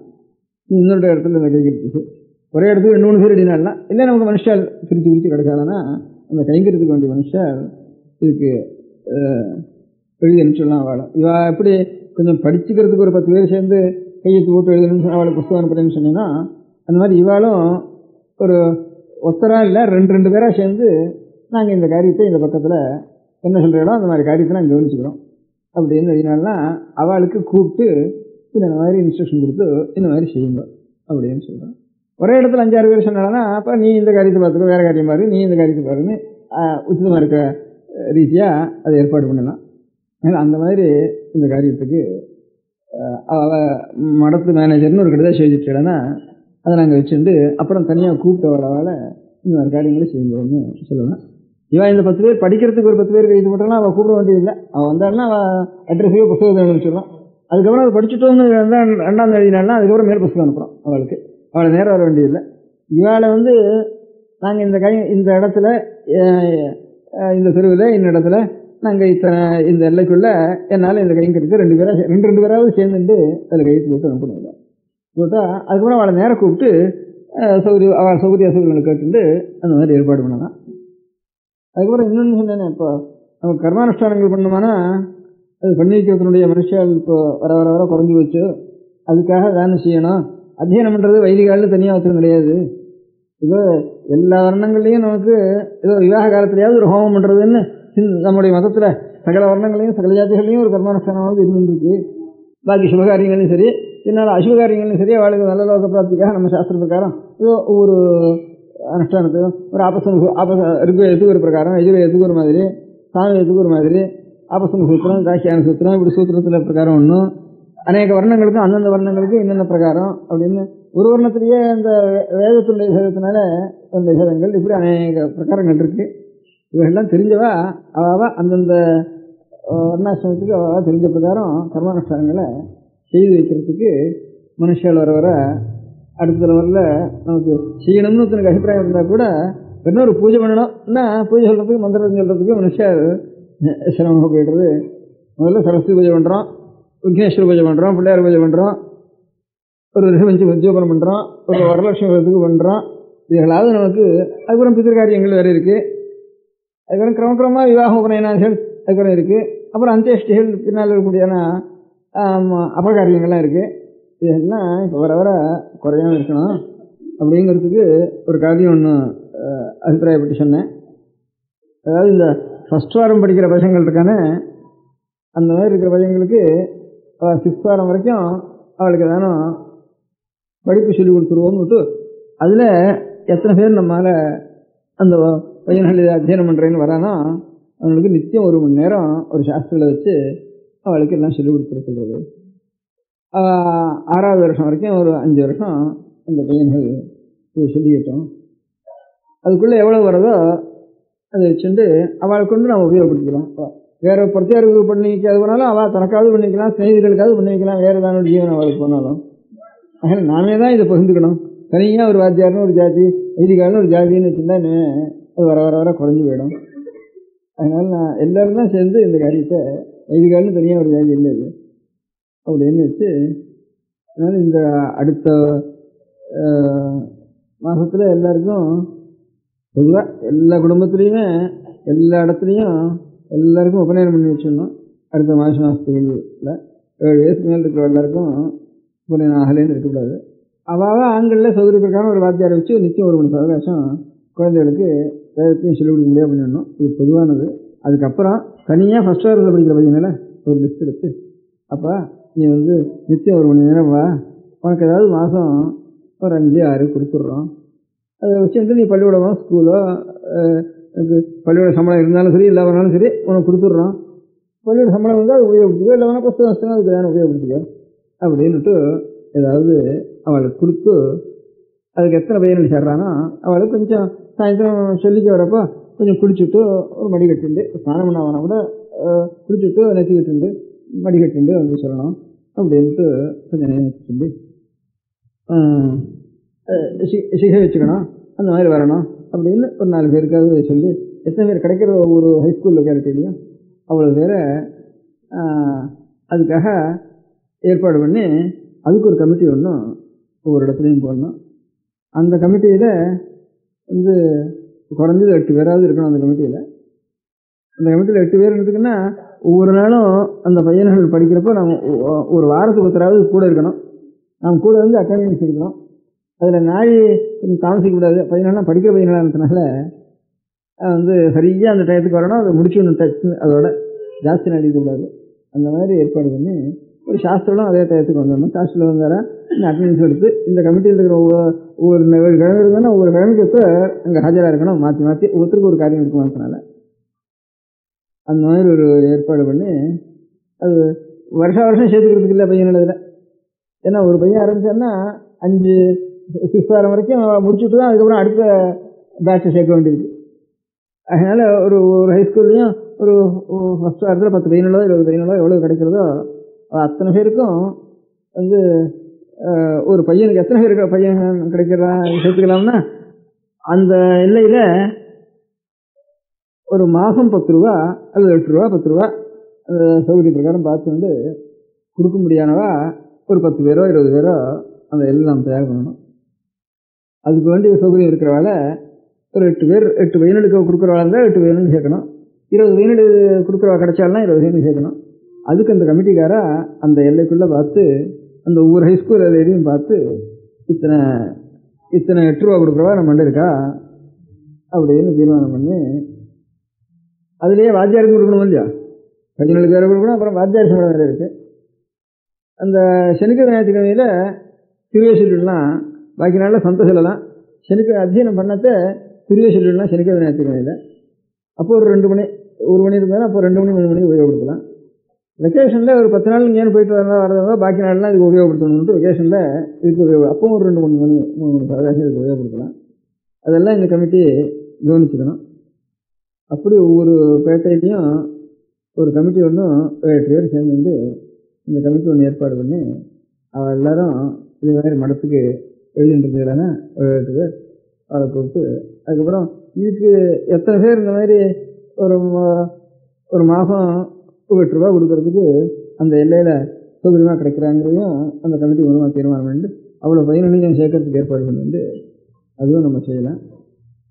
அந்த மாதிரி ஒவ்வொரு ஹைஸ்கூல் இருக்கிற லொக்காலிட்டிலையும் ஒரு 8 பேர் தயாராகி ஒரு கமிட்டியாக போட்டு அதுவும் ஒன்று தெரிவிக்கணும். அதாவது படிக்கிறதுக்கு முதல்ல சொன்னேன், புருஷாலோ ஸ்திரீகளோ ஒரு 8 பேர் சேர்ந்து கெடுதல் செய்துட்டு அவளுக்கு புத்தகம் அனுப்புகிறோம்னு சொன்னேன். ரெண்டாவது என்ன, ஆமாம், இந்த ஒரு 2 பேராவது சேர்ந்துட்டு இந்த எல்லைக்குள்ளே ஒவ்வொருத்தருண்டையும் வசூல் பண்ணுறதுக்கு வேண்டிய காரியங்களை நாங்கள் ஒத்துக்கிறோம், எப்படி சொல்கிறீங்களோ அந்த நியமத்துக்கு கட்டுப்பட்டு வசூல் பண்ணுறது காரியத்தை நாங்கள் கைங்கறி பண்ணுறோம் அப்படின்ட்டு மடத்துக்கு ஒரு கடிதம் செய்யணும். கடிதம் செய்யணும். அப்புறம் அவளை நேரம் வர வச்சு பார்த்து அவளிடத்துல இப்படி செய்யுங்கன்ட்டு அவளுக்கு நம்ம சொல்லலாம். சொன்னதுக்கு அப்புறம் அவளுக்கு பொறுப்பு கொடுத்து அந்த காரியத்தை செய்யலாம். அது 2 பேருக்கு எழுதி போட்டு அனுப்ப வேண்டியது. முதல் இருக்கிறது 8 பேருக்கு எழுதி போட்டு அனுப்ப வேண்டியது, ஸ்திரீகளோ புருஷாலோ அது. அப்புறம் இது 2 பேருக்கு எழுதி போட்டு அனுப்ப வேண்டியது. அப்புறம் நேரம் பார்க்க வேண்டியது அவளை. அதுக்கப்புறம் இந்த கமிட்டி ஏற்பாடு பண்ணுறதுல அதுவும் 8 பேர் கையெழுத்து போட்டு இந்த மாதிரி பையன்களை ஸ்கூல் பையன்களை ஒரு 6th வாரம் வரைக்கும் ஒரு பேட்ச் எடுத்து அவளை கொஞ்சம் கர்மானுஷ்டானங்களை அவளுக்கு பண்ணுற மந்திரங்கள்லாம் ஒரு சாஸ்திரத்தில் வச்சு சொல்லிக் கொடுக்குறதுன்னுட்டு அதுக்கு 8 பேர் கையெழுத்து போட்டு அதுக்கு ஒன்று அனுப்பணும். அதெல்லாம் இப்போவே இங்கே இருக்கிறப்பவே அனுப்பிச்சுட்டா சமஸ்த வேலை செய்யறதுக்கு அனுப்பிச்சுட்டா நான் கொஞ்சம் கவனிச்சுக்கிறதுக்கு சௌகரியமாக இருக்கும். இது ஒன்று அனுப்பணும். இந்த 2 பேர் சொன்னேனே, இந்த 8 பேர் எத்தனை பேர் இந்த மாதிரி மாதம் 8 ரூபா கொடுக்கறதுக்கு சௌகரியப்படுறாங்கிற ஒரு ஜாப்தா எடுக்கிறதோட கூட இந்த 8 பேர் கமிட்டி, கடைசியில் சொன்ன கமிட்டி, அவன் எல்லைக்குள்ள எத்தனை பையன்கள் உபநயனமாக இருக்கான் அப்படின்னு ஒரு சென்சஸ் ஒன்று எடுக்கணும். 7 வயசுலேருந்து மேல் அதிக வயசு இருந்தாலும் சரி எத்தனை பையன்கள் உபநயனம் ஆகாமல் இருக்கான் அப்படின்னுட்டு அதில் மேத்ஸ் உபநயனத்துக்கு வேண்டிய வசூலும் பண்ணணும். இந்த வருஷத்துக்குள்ள அவள் தனித்தனியாக குடும்பத்திலேயே சௌகரியமாக இருந்து போடக்கூடியவாளும் போட்டுடணும்னு அவள்கிட்ட போய் கேட்டுக்கணும். எல்லாம் சேர்ந்து பண்ணுறோம்னு சொன்னால் அதுலேயும் சேர்த்துடணும். அவளே கொஞ்சம் சௌகரியம் இருக்கிறவாளும் சேர்ந்து போடுறப்ப நாங்களும் பணத்தை கொடுத்து இதுலேயே சேர்த்துக்கிறோம்னா அவளையும் அந்த குழந்தைகளையும் சேர்த்துடணும். எப்படியாவது அந்த எல்லைக்குள்ளே ஒருத்தருக்கும் இந்த 7 வயசுக்கு மேலே உபநயனம் ஆகாமல், என்ன காயத்ரிங்கிறது நீ சொன்ன காயத்ரி அம்பாள் ஹிருதயத்தில் காமமே உண்டாகாத வயசுலேயே காயத்ரி உள்ள பூந்துடணும். அப்படி பூந்தா தான் அது அவனுக்கு மோட்சத்துக்கு பரியந்தம் அவனுக்கு க்ஷேமத்தை கொடுக்கும். அது என்ன ஹிருதயத்தில் ஒரு லோகத்தினுடைய ஒரு ஆசைகள் விஷயங்கள் இதெல்லாம் வரத்துக்கு முந்தையே சுத்தமான இன்னசென்ட்டாக இருக்க முடியாத காலத்திலேயே காயத்ரி உபதேசம் ஆகும். அதுலேருந்தே அந்த காலத்துலேருந்தே அந்த குழந்தைகள் நிச்சயம் உதயபூர்வம் ஸ்நானத்தை பண்ணி காயத்ரி அபியாசம் பண்ணுறதுன்னு ஒரு பழக்கம் வந்தால்தான் ஒரு குறவு இல்லாமல் இருக்கும். அதனால இந்த மாதிரி ஆராதனை கைங்கரியம் பண்ணுறதுக்கு சௌகரியமாக அவள் எல்லாரும் எழுதி அனுப்பிச்சேன்னா அவளை உபயோகப்படுத்திக்கிறோம். இந்த மாதிரி கைங்கரியம் இந்த 2 பேர் சேர்ந்து அந்தந்த எல்லையில் போடுறது யூனிவர்சிட்டிக்கு கைங்கரியம் பண்ணுறதுக்காக, இந்த 8 பேர் சேர்ந்துருக்கிறது உபநயனம் பண்ணி வைக்கிறதுக்காகவும் எல்லாருக்கும் படிப்பு சொல்லி வைக்கிறதுக்காகவும் இந்த 8 பேர் சேர்ந்து கையெழுத்து போட்டு அனுப்ப வேண்டியது. முதல்ல 8 பேர் ஸ்ரீகுல புருஷாலோடு கையெழுத்து போட்டு அனுப்ப வேண்டியது படிக்கிறதுக்காக. இவாளுக்கு புஸ்தகம் அனுப்பிச்சிடுவோம், அவளெல்லாம் நேரம் கூப்பிட்டு இன்ஸ்ட்ரக்ஷன் கொடுப்போம். அதுக்குள்ளே யூனிவர்சிட்டிங்கிறத எப்படி ஏற்பாடு பண்ணுறதுங்க நாங்கள் தீர்மானம் பண்ணிக்கிறோம். இங்கே இப்போ சொன்னது ஸ்தூலமாக சொன்னோம். அதுலேருந்து விசேஷ பிரகாரங்களை அதுக்கு கூட தீர்மானம் பண்ணி அதை எழுதி ஒருத்தருக்கும் டிராஃப்ட் எடுத்து காப்பி கொடுத்தாரு. இந்த ஒரு கிலோமீட்டர் இருக்கா இல்லைண்டா நெச்சோட்டில் அது இருக்கா, அது இங்கே வந்திருக்கா, இங்கே வந்திருக்கா, இங்கே காட்டு. அது எத்தனை புத்தகம் இருக்கணும்டப்பா, சரியா நிறைய கோவில் கட்டி வச்சிருக்கா, நிறைய புத்தகம் எழுதி வச்சிருக்கா. உலகத்துக்குள்ளே இவ்வளோ விரிசு இல்லை, அவ்வளோ கணத்துக்கு நாம் வாரசாக இருக்கோம், நான் வீண் பண்ண வேண்டாம்னு ஒரு ஆசையினால தான் இவ்வளோ இருக்கேன். உங்களுக்கு எல்லாம் சிரமம் கொடுக்குறேன். இந்த சிரமத்தெல்லாம் நீங்கள் பொறுத்து அங்கே எங்கே இருக்கிறா, எனக்கு இவ்வளவு நிதி நமக்கு கொடுத்துருக்கிறதுனால வீண் பண்ணுவானேன்னு ஒரு ஆசை எனக்கு. உலகத்துக்குள்ளே இந்தியா விரிசா இருக்குது, இந்தியாவுக்குள்ளே நம்ம ஊர் விரிசா இருக்குது. இப்போ கூட வரலாம் ஆரம்பிச்சோன்னா வடக்கே வந்தோன்னா ஹிந்து ஆஃப் ஹிந்துஸ்ன்னு சொல்கிறார். நம்ம இங்கே இருக்கிறவால ஹிந்துக்களுக்குள்ள ஹிந்து மதம் இங்கே தான் இருக்குது. இந்த கோவில் எல்லாத்தையும் பார்த்துட்டு எனக்கு இந்த மேனுஸ்கிரிப்ட் லைப்ரரி பார்த்தோம்னா இந்தியாவுக்குள்ளே இந்த Adyar library, orient manuscript library, Thanjavur Saraswati library, இந்த 3 கணக்கு பண்ணால் இந்தியாவில் இருக்கிற லைப்ரரியில் எல்லாம் இதுக்கு ஈடாகாது. இதுக்காலும் குறைச்சலாக தான் இருக்குது. பாக்கி முடியாத லைப்ரரி இருக்கிற மேனுஸ்கிரிப்ட் லைப்ரரி எல்லாம் இந்த 3க்குள்ளே அடங்கி போச்சு லைப்ரரி முழுக்க. அதனால் எல்லாத்துலேயும் நமக்கு ஒரு பெரிய பொறுப்பு இருக்குது திராவிட நாட்டுக்கு. அதனால் அதிலிருந்து திராவிட தேச பூரிசான்னு அவர் எழுதியிருக்கா திராவிட தேசத்தை. அதனால் அந்த பொறுப்பை நம்ம எடுத்துக்கணும். அவள் இருக்கிற எல்லைகளில் ஏதாவது 4 பேருண்ட சொல்லி பார்த்து அவள் அபிப்பிராயப்பட்டாளன்னா ஒரு கமிட்டி போட்டு 4 பேரை எடுத்துட்டு வரேன்னு சொல்கிறதுக்கு, இன்னும் இங்கே வராத வாழ்க்கை சொல்கிறதுக்கு ஏதாவது ஓடுவானா. இந்த 4 வருஷத்துக்கு எனக்கு 60 வயசாகிட்டு எனக்கு. அதனால் ஏதாவது ஒன்று செய்யணும், அதுக்கு ஏதாவது விஸ்தாரமாக ஏதாவது ஒரு காரியம் செய்யணும் அப்படின்ட்டு கொஞ்சம் கிட்ட பழகிறவெல்லாம் ஒரு அபிப்பிராயப்பட்டா. அப்படி அபிப்பிராயப்பட்டாலும் அதை நிறைய பணம் செலவழித்து அப்பவே ஒன்றும் செலவழிச்சுக்க வேண்டாம், அதாவது ஸ்திரமாக இருக்க முடியாது, நமக்கு ஏற்பாடு பண்ணுங்க அப்படி செய்கிறதா இருந்தானா அப்படின்னு சொன்னேன்னா. அதனால யாராவது கொஞ்சம் இப்போ வினோபா பூதானம் வந்தோடனே பூதானம் ஞாபகம் வந்து இருக்குது. அதுலேருந்து எல்லாரையும் கூப்பிட்டு யாராலும் பூதானம் கொடுங்கன்னுட்டு அந்த ஒரு வருஷத்தில் பூதானம் கேட்கறது அப்படின்னு வச்சுருக்குது. அந்த 60வது வருஷம் முழுக்க சில பேர் பூதானம் கேட்கறதுன்னு வச்சுருந்தது. அவள் கொஞ்சம் நஞ்ச பூமியாக கொஞ்சம் சொல்பம் அவள் கொடுத்துருக்கான். அந்த ஒரு வருஷத்துக்கு கேட்க வேண்டான்னு அதோட நிறுத்திட்டுது. அதில் கொஞ்சம் பூமி சேர்ந்துருக்கு. ஆனால் இப்போ பூமியிலேருந்து வர்றது எப்படிங்கிறது ஒன்றும் ராஜாங்க ரீதியிலையும் லோக ரீதியிலையும் என்னதுன்னு தெரியல. இருந்தாலும் சொல்ப பூமி சேர்ந்துருக்குதுல. அந்த பூமியிலேருந்து வர வருமானத்தை இந்த மாதிரி ஒரு பையன்களை வச்சு நடத்துறதுன்ட்டு காஞ்சிபுரத்தில் ஒரு 30 பையன்களுக்கு அந்த மாதிரி ஏற்பாடு பண்ணி அதுலேருந்து செஞ்சுருக்கு. அது எந்த மாதிரி அந்த மாதிரி 30 பையன்கள் வந்திருக்காங்க. இப்போ எல்லோரும் சிகை வச்சுட்டு 1 மணி நேரம் ரொம்ப ஸ்ரத்தையாக வாசிச்சுருக்காங்க. இப்போ அதில் நான் அன்றைக்கி கூட சொன்னேன், அதில் விசேஷம் என்னென்னாட்டா ஒரு மனசுக்கு ஒரு தைரியம். 6லேருந்து மாதம் இத்தனை ரூபான்னு பணம் வாங்கிட்டு வந்து படிக்கிறானா 30 பேர்கள். அதை தவிர பாக்கி பையன்கள் பணம் வேண்டாம் எனக்கு இதில் சேர்த்துங்கோன்னு அவனே குடும்பம் வச்சுட்டு இந்த அத்தியானத்தில் வந்து சேர்ந்துருக்காங்க. இப்போ அப்படி ஒரு 4 பையன்கள் தானே வந்து எனக்கும் சொல்லிக் கொடுக்கும், வித்யா வந்தால் போகிற எனக்கு வந்து எனக்கு பணம் வேண்டாம் அப்படின்னு தானாக வந்து வாலண்டியராக சில பேர் சேர்ந்துருக்கான். அதுதான் மனசு கொஞ்சம் அப்படியே கொஞ்சம் சத்தை இன்னும் இருக்குது உலகத்துலேருந்து அதுலேருந்து தெரிஞ்சுது. அதனால் அந்த ட்ரஸ்ட்லேருந்து அதுக்காக ஒரு இந்த 60வது வருஷ ட்ரஸ்ட்டுன்னு அதுக்கு பேர் வச்சு அது கொஞ்சம் பூமி வந்து அந்த பூமியிலேருந்து வர வருமானத்தில் வந்து அந்த 30 பையன்களுக்கு செஞ்சுட்டுருக்கு. அது தவிர இந்த வேதத்துக்கு அர்த்தம் தெரியாது போனாதானே மந்திரம் என்னமோ வாத்தியான்னு சொல்கிறாரு, அவருக்கும் தெரியல நமக்கும் தெரியல, இது என்ன அர்த்தம்னா எனக்கு தெரியாது, அதெல்லாம் சாஸ்திரம் கேட்டுங்க அப்படிங்கிறதுனால எல்லாருக்கும் பக்தி குறைஞ்சி போகிறது. என்னவோ மந்திரம் சுவாகா சுவாகான்னு ஓடுறாள் தவிர என்ன அர்த்தம் என்ன மந்திரம் இது யார் ஓட சொன்னா எதுக்காக ஓடுறது இதுதானே எழுதி வச்சிருக்காளா உங்களுக்கு தெரியுமா அப்படின்னு கேட்டால் சாஸ்திரத்துக்கும் தெரியலையேங்கிறதுனால எல்லாருக்கும் ரொம்ப வர வர வர ரொம்ப பக்தி இருக்கிறவா பண்ணிட்டு இருக்காதா இல்லை இவ்வளவு ஒன்றும் தெரியாத நிலைமையில கூட ஏதோ சொல்லி அவ கிளிப்புள்ள மாதிரி அவ சொல்றா அவர் சொல்றது நமக்கு வாயிலையும் நுழைய மாட்டேங்கிறது. அதனால அவர் சொல்றது மாத்திரம் அவருக்கு தெரியுது சாஸ்திரத்துக்கு, அதுக்கு நமக்கு அதுவும் தெரியல. அதனால அர்த்தம் அவரை கேட்டால் அவருக்கும் புரியல நமக்கும் தெரியல. அப்படி இருக்கு நம்ம பண்ற காரியம். இப்போ பாக்கி இப்போ கிறிஸ்தவ மதுரைன்னா அவன் தமிழ்லேயே சொல்கிறான், அவனுக்கு புரிய முடியாது இதாக சொல்கிறான், அவன் அந்த ஈபுரம் வந்ததுனால எல்லாருக்கும் தெரியுது, நமக்கு உண்மையே புரிய மாட்டேங்கிறது அப்படின்னு ரொம்ப ஒரு குறையா இருக்குது. பக்தி இருக்கிறவங்க கொஞ்சம் பாதி பக்தி குறைஞ்சி வருது அதில். அதுலேருந்து அதனால் இப்போ நாம் எந்த சொல்கிறோமோ அதை தெரிஞ்சுக்க முடியாது செய்யணும்னுட்டு வேத பாஷ்யம் அதுக்கு எழுதி வச்சுக்கிறா. நிறைய எழுதாமல் இல்லை. அவள் வித்யாரண்யாள்னு வித்யக்கு அரண்யாவா அவள் 4 வேதத்துக்கும் அர்த்தம் எழுதி ரொம்ப 4 வேதம்னா சின்ன சாமான் இல்லை, அதுக்கு அர்த்தம் எழுதுறது சாமானிய காரியம் இல்லை. ஒரு ஒரு 100 வருஷம் இருந்தாலும் ஒரு 1000 பேர் சேர்ந்தாலும் எழுத முடியாது. அப்பேற்பட்ட காரியத்தில் அவள் அவளுடைய புருஷாயத்தில் வித்யாரண்யான்னு 4 வேதத்துக்கும் பாஷ்யம் எழுதி வச்சிருக்கா. அந்த பாஷ்யத்தை எல்லாரும் படியுங்கோ அப்படின்னு சொல்லி அதுக்காக படிக்கிறவளுக்கு ஒரு 6 மாதத்துக்கு ஒரு தூரம் ஒரு அத்தியாயத்தை படிக்கிறது, அடுத்த 6 மாதம் இன்னொரு அத்தியாயத்தை படிக்குங்க, அதில் ஒரு பரீட்சை வைக்கிறது. அப்படி கொஞ்சம் அது அப்பேற்பட்ட வாழ் படிக்கணும்னா வெறும் சாஸ்திரம் மாத்திரம் படித்தா அவளுக்கு புரியாது. சாஸ்திரம் இருக்கணும், அவள் சம்ஸ்கிருதத்தினுடைய ஞானமும் இருக்கணும், அவளுக்கு பாஷா ஞானமும் அவளுக்கு உற்பத்தி ஞானமும் இருக்கணும். அப்பேற்பட்டவளாக பொறுக்கி பார்த்து அப்பேற்பட்ட எவ்வளோ இருக்கான்னு பார்த்து அவள் கொஞ்சம் உற்சாகம் கொடுத்து அவளுக்கு இதுதானே வருங்கன்னு அவளுக்கு ஒரு பரீட்சை 6 மாதத்துக்கு ஒரு தான் பரீட்சை வச்சு அதுக்கு சம்பாவனை கொடுத்து அதுக்கப்புறம் பரீட்சை காலத்தில் வைதிகம் அவளுக்கு ஜீவனம். அவள் இதை படிச்சுட்டு இருந்தா இவள் படிக்க சொல்லிக்கிறதுக்கும் மனுஷாலே புஸ்தகமும் இல்லை, இத்தனை இருக்கும் அதுவும் சிரமம். இப்போ புஸ்தகம் எங்கே இருக்குதுன்னு தெரியல, சொல்லிக் கொடுக்கறதுக்கு மனுஷாலும் இல்லை. ஒருத்தர் படித்தா இன்னொருத்தர் படிக்கிறதால சொல்லிக் கொடுப்பான். அதான் நீ கடைஞ்சல் இருக்குது. இவ்வளோ வரையும் பார்த்து எங்கெங்கேயோ கொஞ்சம் கொஞ்சம் ஒருத்தர் இருக்கிறவாளை கொஞ்சம் சொல்லிக் கொடுங்கன்னு சொல்லி இவாளை நீங்கள் போய் அவள்கிட்ட கேட்டுங்கன்னு சொல்லி இவள் வைதிகத்துக்கு போகிறவா இவள் ரொம்ப ஏழைகள், இவள் எப்படி படிக்க முடியும்?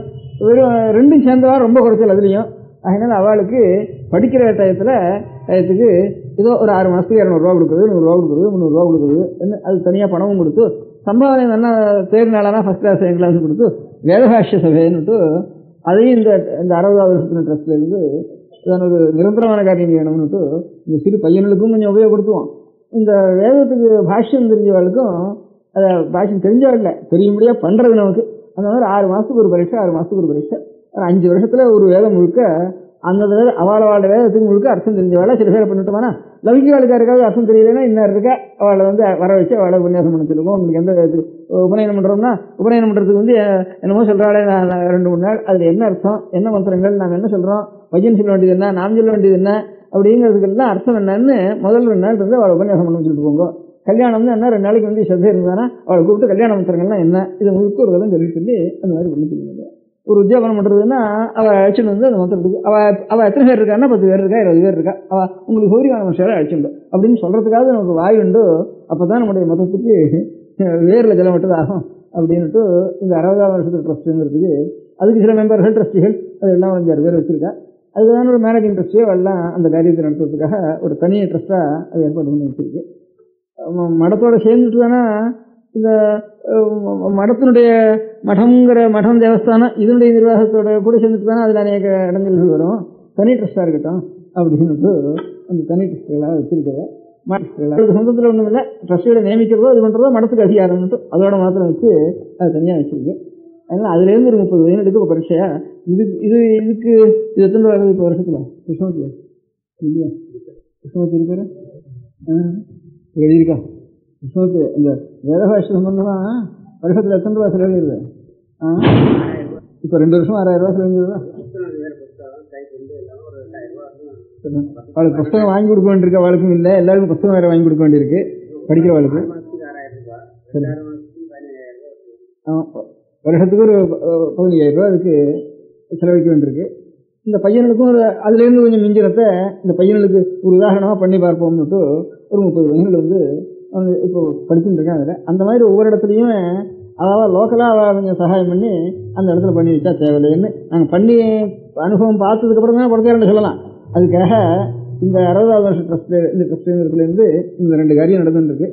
வேதத்துக்கு அர்த்தம் சொல்றது நாம் பண்ணுற மந்திரங்களுக்கு அர்த்தம்னா அது சயின்டிஃபிக்காக இருக்கா இல்லையாங்கிறது அப்புறம் பார்த்துக்கிறது. பெரியவாள் என்ன சொல்லியிருக்காலும் அந்த அர்த்தமாவது தெரிஞ்சுக்கிட்டோம். அது வந்து அந்த அர்த்தம் வித்யாரண்யாடுறதுனால தான் இப்போ ஓரியன்ட் ட்ரஸ்ட் தான் மேத்ஸ் பண்ணார். அவன் எல்லாரும் அது ஆதாரத்தை வச்சுட்டு அவன் வேதத்தை பற்றி இல்லாமல் ஒன்றுமே தெரியாது. கண்ணில் அவர் இல்லாதவனா எங்களுக்கெல்லாம் கண்ணை கட்டி காட்ட விட்ட மாதிரி தான் இதை பற்றி ஒன்றும் வெறும் அக்ஷரம் தான் தெரியும், எங்களுக்கு வேறு ஒன்றும் தெரியாதுன்னு அவனெல்லாம் எழுதியிருக்கான். அவன் புத்தகத்தில் கணக்கு எழுதலாம் புத்தகங்கள் எல்லாம் வித்யாரண்யன் தான் இவ்வளவுக்கும்.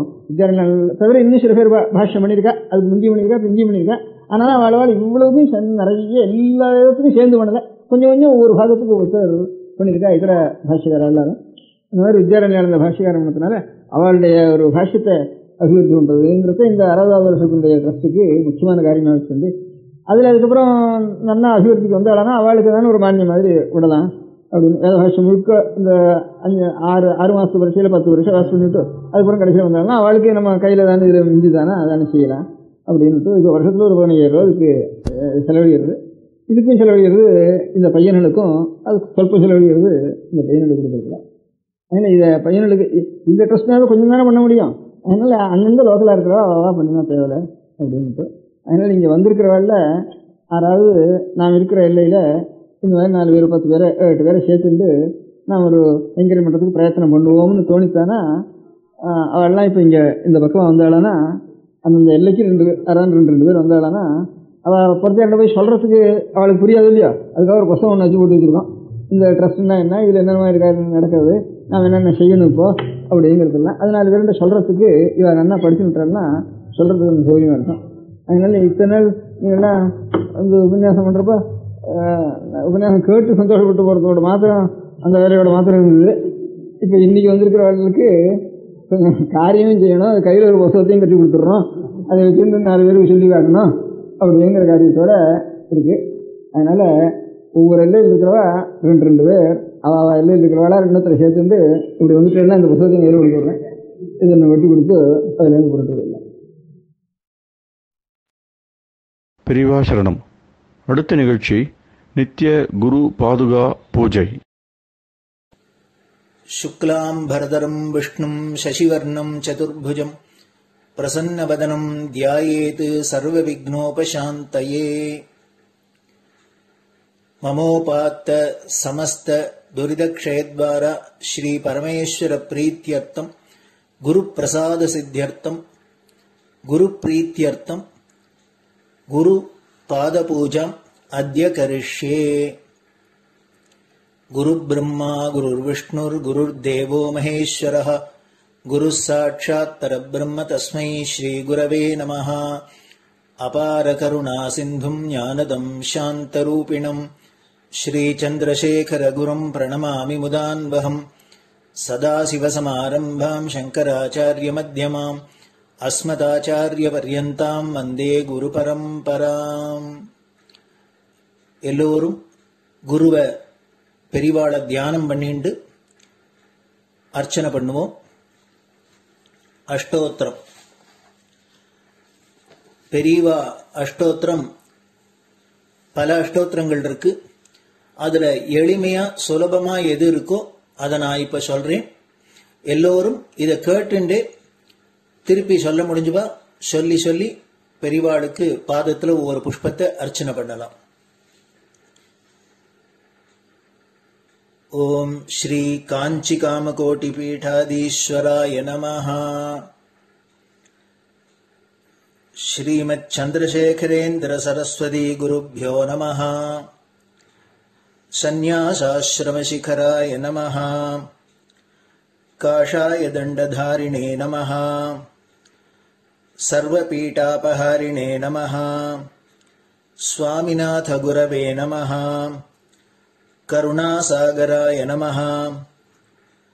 जगदाकर्षण शक्तिमते नमः। सर्वचराचर हृदयस्थाय नमः। ओम भक्त परिपालक श्रेष्ठाय नमः। धर्म परिपालकाय नमः। श्री जयेन्द्र सरस्वत्याचार्याय नमः। श्री विजयेन्द्र सरस्वती पूजिताय नमः। शिवशक्ति स्वरूपाय नमः। भक्ताभीष्ट प्रदायकाय नमः। ब्रह्मण्य पोषकाय नमः। ब्रह्म विष्णु शिवैक स्वरूपाय नमः। कांची क्षेत्रवासाय नमः। कैलाश शिखरवासाय नमः। स्वधर्म परिपोषकाय नमः। चातुर्वर्ण संरक्षकाय नमः। लोकरक्षण संकल्पाय नमः। ओम ब्रह्मनिष्ठापराय नमः। सर्वपापहराय नमः। धर्मरक्षक संतुष्टाय नमः। भक्तार्पितधन स्वीकर्त्रे नमः। सर्वोपनिषत् सारज्ञाय नमः। सर्वशास्त्रगम्याय नमः। सर्वलोक पितामहाय नमः। भक्ताभीष्ट प्रदायकाय नमः। ब्रह्मण्य पोषकाय नमः। नानाविध पुष्पार्चितपताय नमः। रुद्राक्ष क्रीडधारिणे नमः। भस्मोद्धूलित विग्रहाय नमः। सर्वज्ञाय नमः।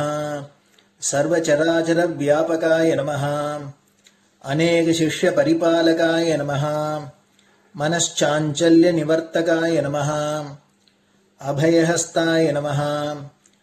भयापहाय नमः। यज्ञपुरुषाय नमः। यज्ञानुष्ठान रुचिप्रदाय नमः। यज्ञसम्पन्नाय नमः। यज्ञसहायकाय नमः। यज्ञफलदाय नमः। यज्ञप्रियाय नमः। उपमानरहिताय नमः। स्फटिक तुलसी रुद्राक्ष हारधारिणे नमः। चातुर्वर्ण समदृष्टये नमः। ऋग्यजुस्साम अथर्वणादि चतुर्वेद संरक्षकाय नमः। दक्षिणामूर्ति स्वरूपाय नमः। जाग्रत् स्वप्न सुषुप्ति अवस्थातीताय नमः। कोटि सूर्यतुल्य तेजोमय शरीराय नमः। साधुसंग संरक्षकाय नमः। अश्वगज गोपूजा निर्वर्तकाय नमः। गुरुपादुक पूजातुरन्तराय नमः। कनकाभिषिक्ताय नमः। स्वर्ण बिल्वदल पूजिताय नमः। सर्वजीव मोक्षदाय नमः। मूकवाक्तान निपुणाय नमः। नेत्र दीक्षादानाय नमः। द्वादशलिंग स्थापकाय नमः। गान रसप्रियाय नमः। ब्रह्मज्ञानोपदेशकाय नमः। सकलकलासिद्धिताय नमः। चातुर्वण्य पूजिताय नमः। अनेकभाषा संभाषण कोविताय नमः। अष्टसिद्धिप्रदायकाय नमः। ओम श्री शारदामठ सुस्थिताय नमः। नित्यान्नदान सुप्रीताय नमः। प्रार्थना मात्र सुलभाय नमः। पादयात्रा प्रियाय नमः। नानाविध मतपंडिताय नमः। श्रुति स्मृति पुराणज्ञाय नमः। देव यक्ष किन्नर किंपुरुष पूज्याय नमः। श्रवणानंदकर कीर्तये नमः। दर्शनानंदाय नमः। अद्वैतानंद भरिताय नमः। अव्याच करुणामूर्तये नमः। शैव वैष्णवादि मान्याय नमः। श्री शंकराचार्याय नमः। दंड कमंडलोहस्ताय नमः। वीणा मृदंग सकलवाद्य नाथस्वरूपाय नमः। रामकथा रसिकाय नमः। वेद वेदांग आगमादि सकलकला सतस्प्रवर्तकाय नमः। ஹிருதய குஹாசயாய நமः சதருத்ரீய வர்ணிதஸ்வரூபாய நமः கேதாரேஸ்வரநாதாய நமः அவித்யாநாசகாய நமः நிஷ்காம கர்மோபதேசகாய நமः லகுபக்தி மார்கோபதேசகாய நமः லிங்கஸ்வரூபாய நமः சாலக்கிராம சூக்ஷ்மஸ்வரூபாய நமः காலட்யாம் சங்கர கீர்த்திஸ்தம்ப நிர்மாணகர்த்ரே நமः ஜிதேந்திரியாய நமः சரணாகத வத்சலாய நமः ஸ்ரீசைல சிகரவாசாய நமः டமருகநாத வினோதாய நமः விருஷபாரூடாய நமः துர்மத நாசகாய நமः ஆபிசாரிக தோஷஹர்த்ரே நமः மிதாஹாராய நமः மிருத்யுமோச்சக சக்தியாய நமः ஸ்ரீசக்ரார்ச்சன தத்பராய நமः தாசானுகிரக காரகாய நமः அனுராதா நக்ஷத்ர ஜாதாய நமः சர்வலோக க்யாதசீலாய நமः வெங்கடேஸ்வர சரணபத்ம ஷட்பதாய நமः ஸ்ரீ மகாத்ரிபுர சுந்தரி சமேத ஸ்ரீ சந்திரமௌலீஸ்வர பூஜா பிரியாய நமः ஸ்ரீமத் சந்திரசேகரேந்திர சரஸ்வதி சத்குரு பரபிரம்மணே நமः குருப்யோ நமः பரமகுருப்யோ நமः பரமேஷ்டிகுருப்யோ நமः பராத்பரகுருப்யோ நமः குரு பரம்பராபியாம் நமः குரு பாதுகாபியாம் நமோ நமः. அடுத்தது ஊதுபத்தி இருந்தா அதை காமிச்சு தூபம், நெய் தீபம் இருந்தா காமிச்சு அதை நெய் தீபம் தீபம் காமிச்சுட்டு நைவேத்தியம் வெத்தலைப்பாக்கு பழம் இதுலேருந்து ஆரம்பிச்சு அவளுக்கு எது சௌரியமோ அதுபடி நைவேத்தியம் பண்ணலாம். அதுக்கு அடுத்தது கற்பூர ஹாரத்தி பண்ணி எல்லோரும் பிரதட்சிண நமஸ்காரம் பண்ணி பெரியவாள்கிட்ட பிரார்த்தனை பண்ணிண்டு எல்லோரும் க்ஷேமமா இருக்கணும், லோகம் பரம மங்களமா சௌக்கியமா இருக்கணும், எல்லோரும் வியாதி வெக்க இல்லாத ஆயுராரோக்கிய ஐஸ்வர்யத்தோட சாந்தம் அமைதியோட ஞான வைராக்கியத்தோட எல்லோரும் நல்லவர்களாயிருந்து நன்மையை அடையணும்னு பிரார்த்தனை பண்ணி இந்த பூஜையை தினம் செய்யலாம். குரு பிரம்மா குருர் விஷ்ணுர் குருர் தேவோ மகேஸ்வரः குரு சாட்சாத் பரபிரம்ம தஸ்மை ஸ்ரீ குரவே நமः. அபார கருணா சிந்தும் ஞானதம் சாந்தரூபிணம் ஸ்ரீ சந்திரசேகர குரும் பிரணமாமி முதான்வகம். சதாசிவ சமாரம்பாம் சங்கராச்சாரிய மத்யமாம் அஸ்மதாச்சாரிய பர்யந்தாம் வந்தே குரு பரம்பராம். குரு பாத பூஜை நிறைவடைஞ்சது. பெரியவா சரணம். திருச்சிற்றம்பலம். நிலை பெறுமாறு எண்ணுதியேல் நெஞ்சே நீவா நித்தலும் எம்பிரானுடைய கோயில் புக்கு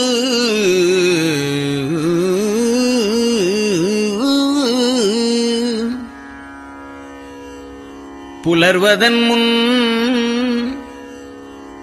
அலகிட்டு மெழுக்குமிட்டு பூமாலை புனைந்து ஏத்தி புகழ்ந்து பாடி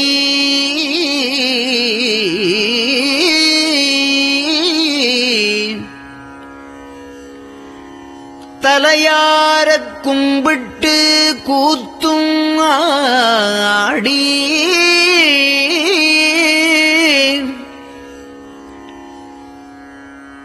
சங்கரா ஜய போற்றி போற்றி என்றும்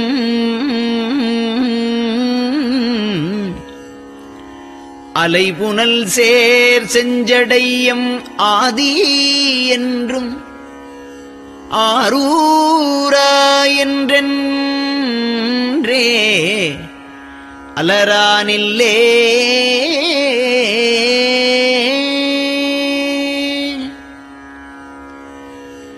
தந்தது உந்தன்னை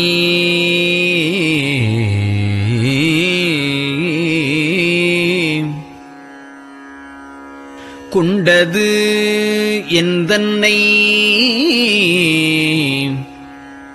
சங்கரா ஆர்கோலோ சதுரர் அந்தம் ஒன்றில்லா ஆனந்தம் பெற்றேன் யாது நீ பெற்றது ஒன்று என்பால் சிந்தையே கோயில் கொண்ட எம்பெருமான் திருப்பெரும் துறையுரை சிவனே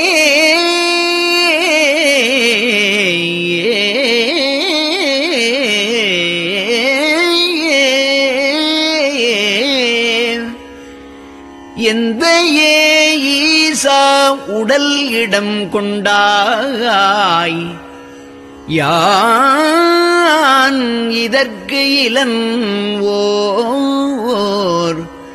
கைமாறே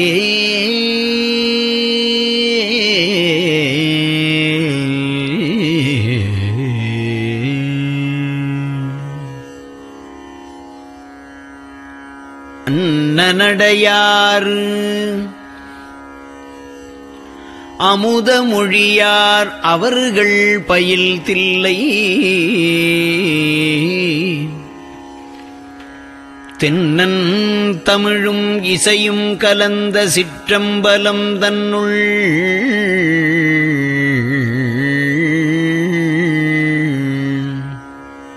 பொன்னும் மணியும் நிறந்த தலத்து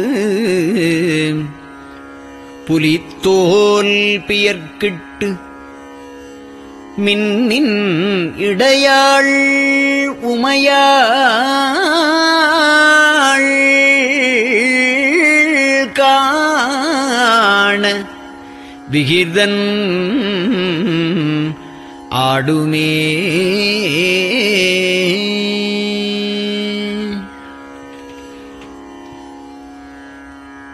நெட்டையிலா உடல் நீத்து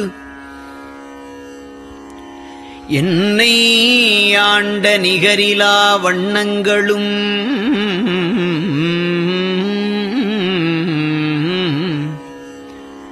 சிட்டன் சிவனடியாரை சீராட்டும் திறங்களுமே சிந்தித்து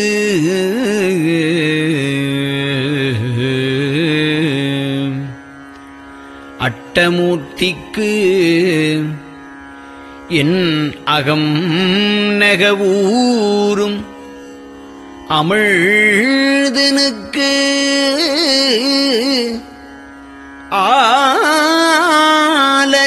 ஆலநீழற்பட்டனுக்கு என்னை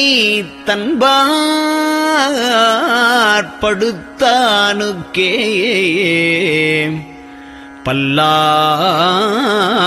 பல்லாண்டு கூறுதுமே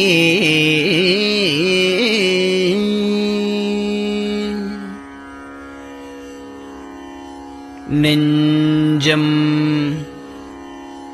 ஈசனைக் காண்பதே விரும்பி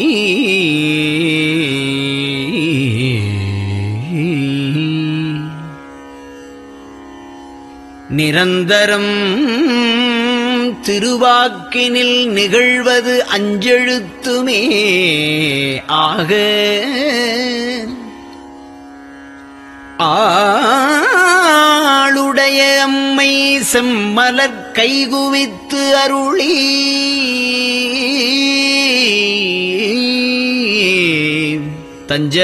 தஞ்சமாகி அரும் தவம் புரிய தரிப்பரே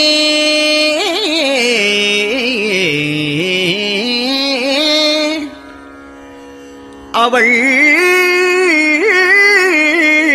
தனிப்பெரும் கணவர்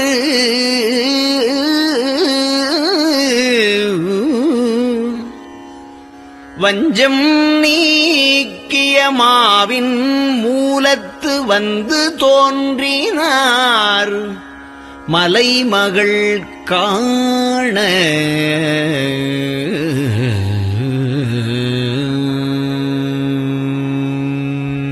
திருச்சிற்றம்பலம்.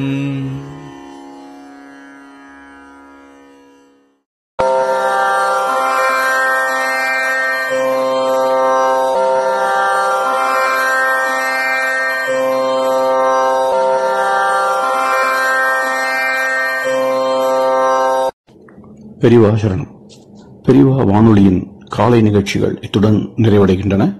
எமது அடுத்த ஒளிபரப்பு இன்று மாலை இந்திய நேரப்படி 6 மணிக்கு துவங்கும். பெரியவா சரணம்.